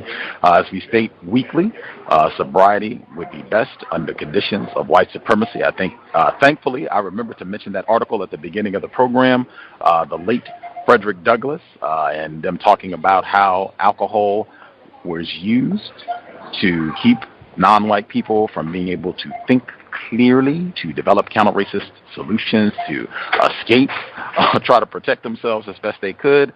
I submit that same tactic, racist code, is in effect 2017. I do not think any of us being out and about in the presence of Daniel Holtzclaw, Darren Wilson, I don't think any of us, we're going to make better decisions to keep ourselves safe under these conditions with some narcotics, some tobacco, some alcohol, some cannabis, whatever other poisons, toxins white people concoct. I don't think any of that is going to help us be able to function in a manner to neutralize a race soldier, badge or no. I don't think that any evidence supports that.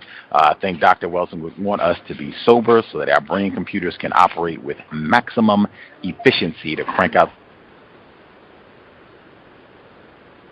That said, thanks again, Creator. We ask that you help us remain patient with other Black people, victims of white supremacy. We ask that you help us remain patient with ourselves. Remind us to demonstrate the highest levels of Black self-respect at all times, in all places, each and every time we are in contact with another Black person. It has been time. Replace white supremacy with justice immediately. Cal signing out. Thanks all for tuning in. Nigga, you so brainwashed. I'm a victim, brother. Problem. You're a victim. I'm a victim of 400 years of conditioning. Shut up. The man has programmed my conditioning. Even my conditioning has been conditioned.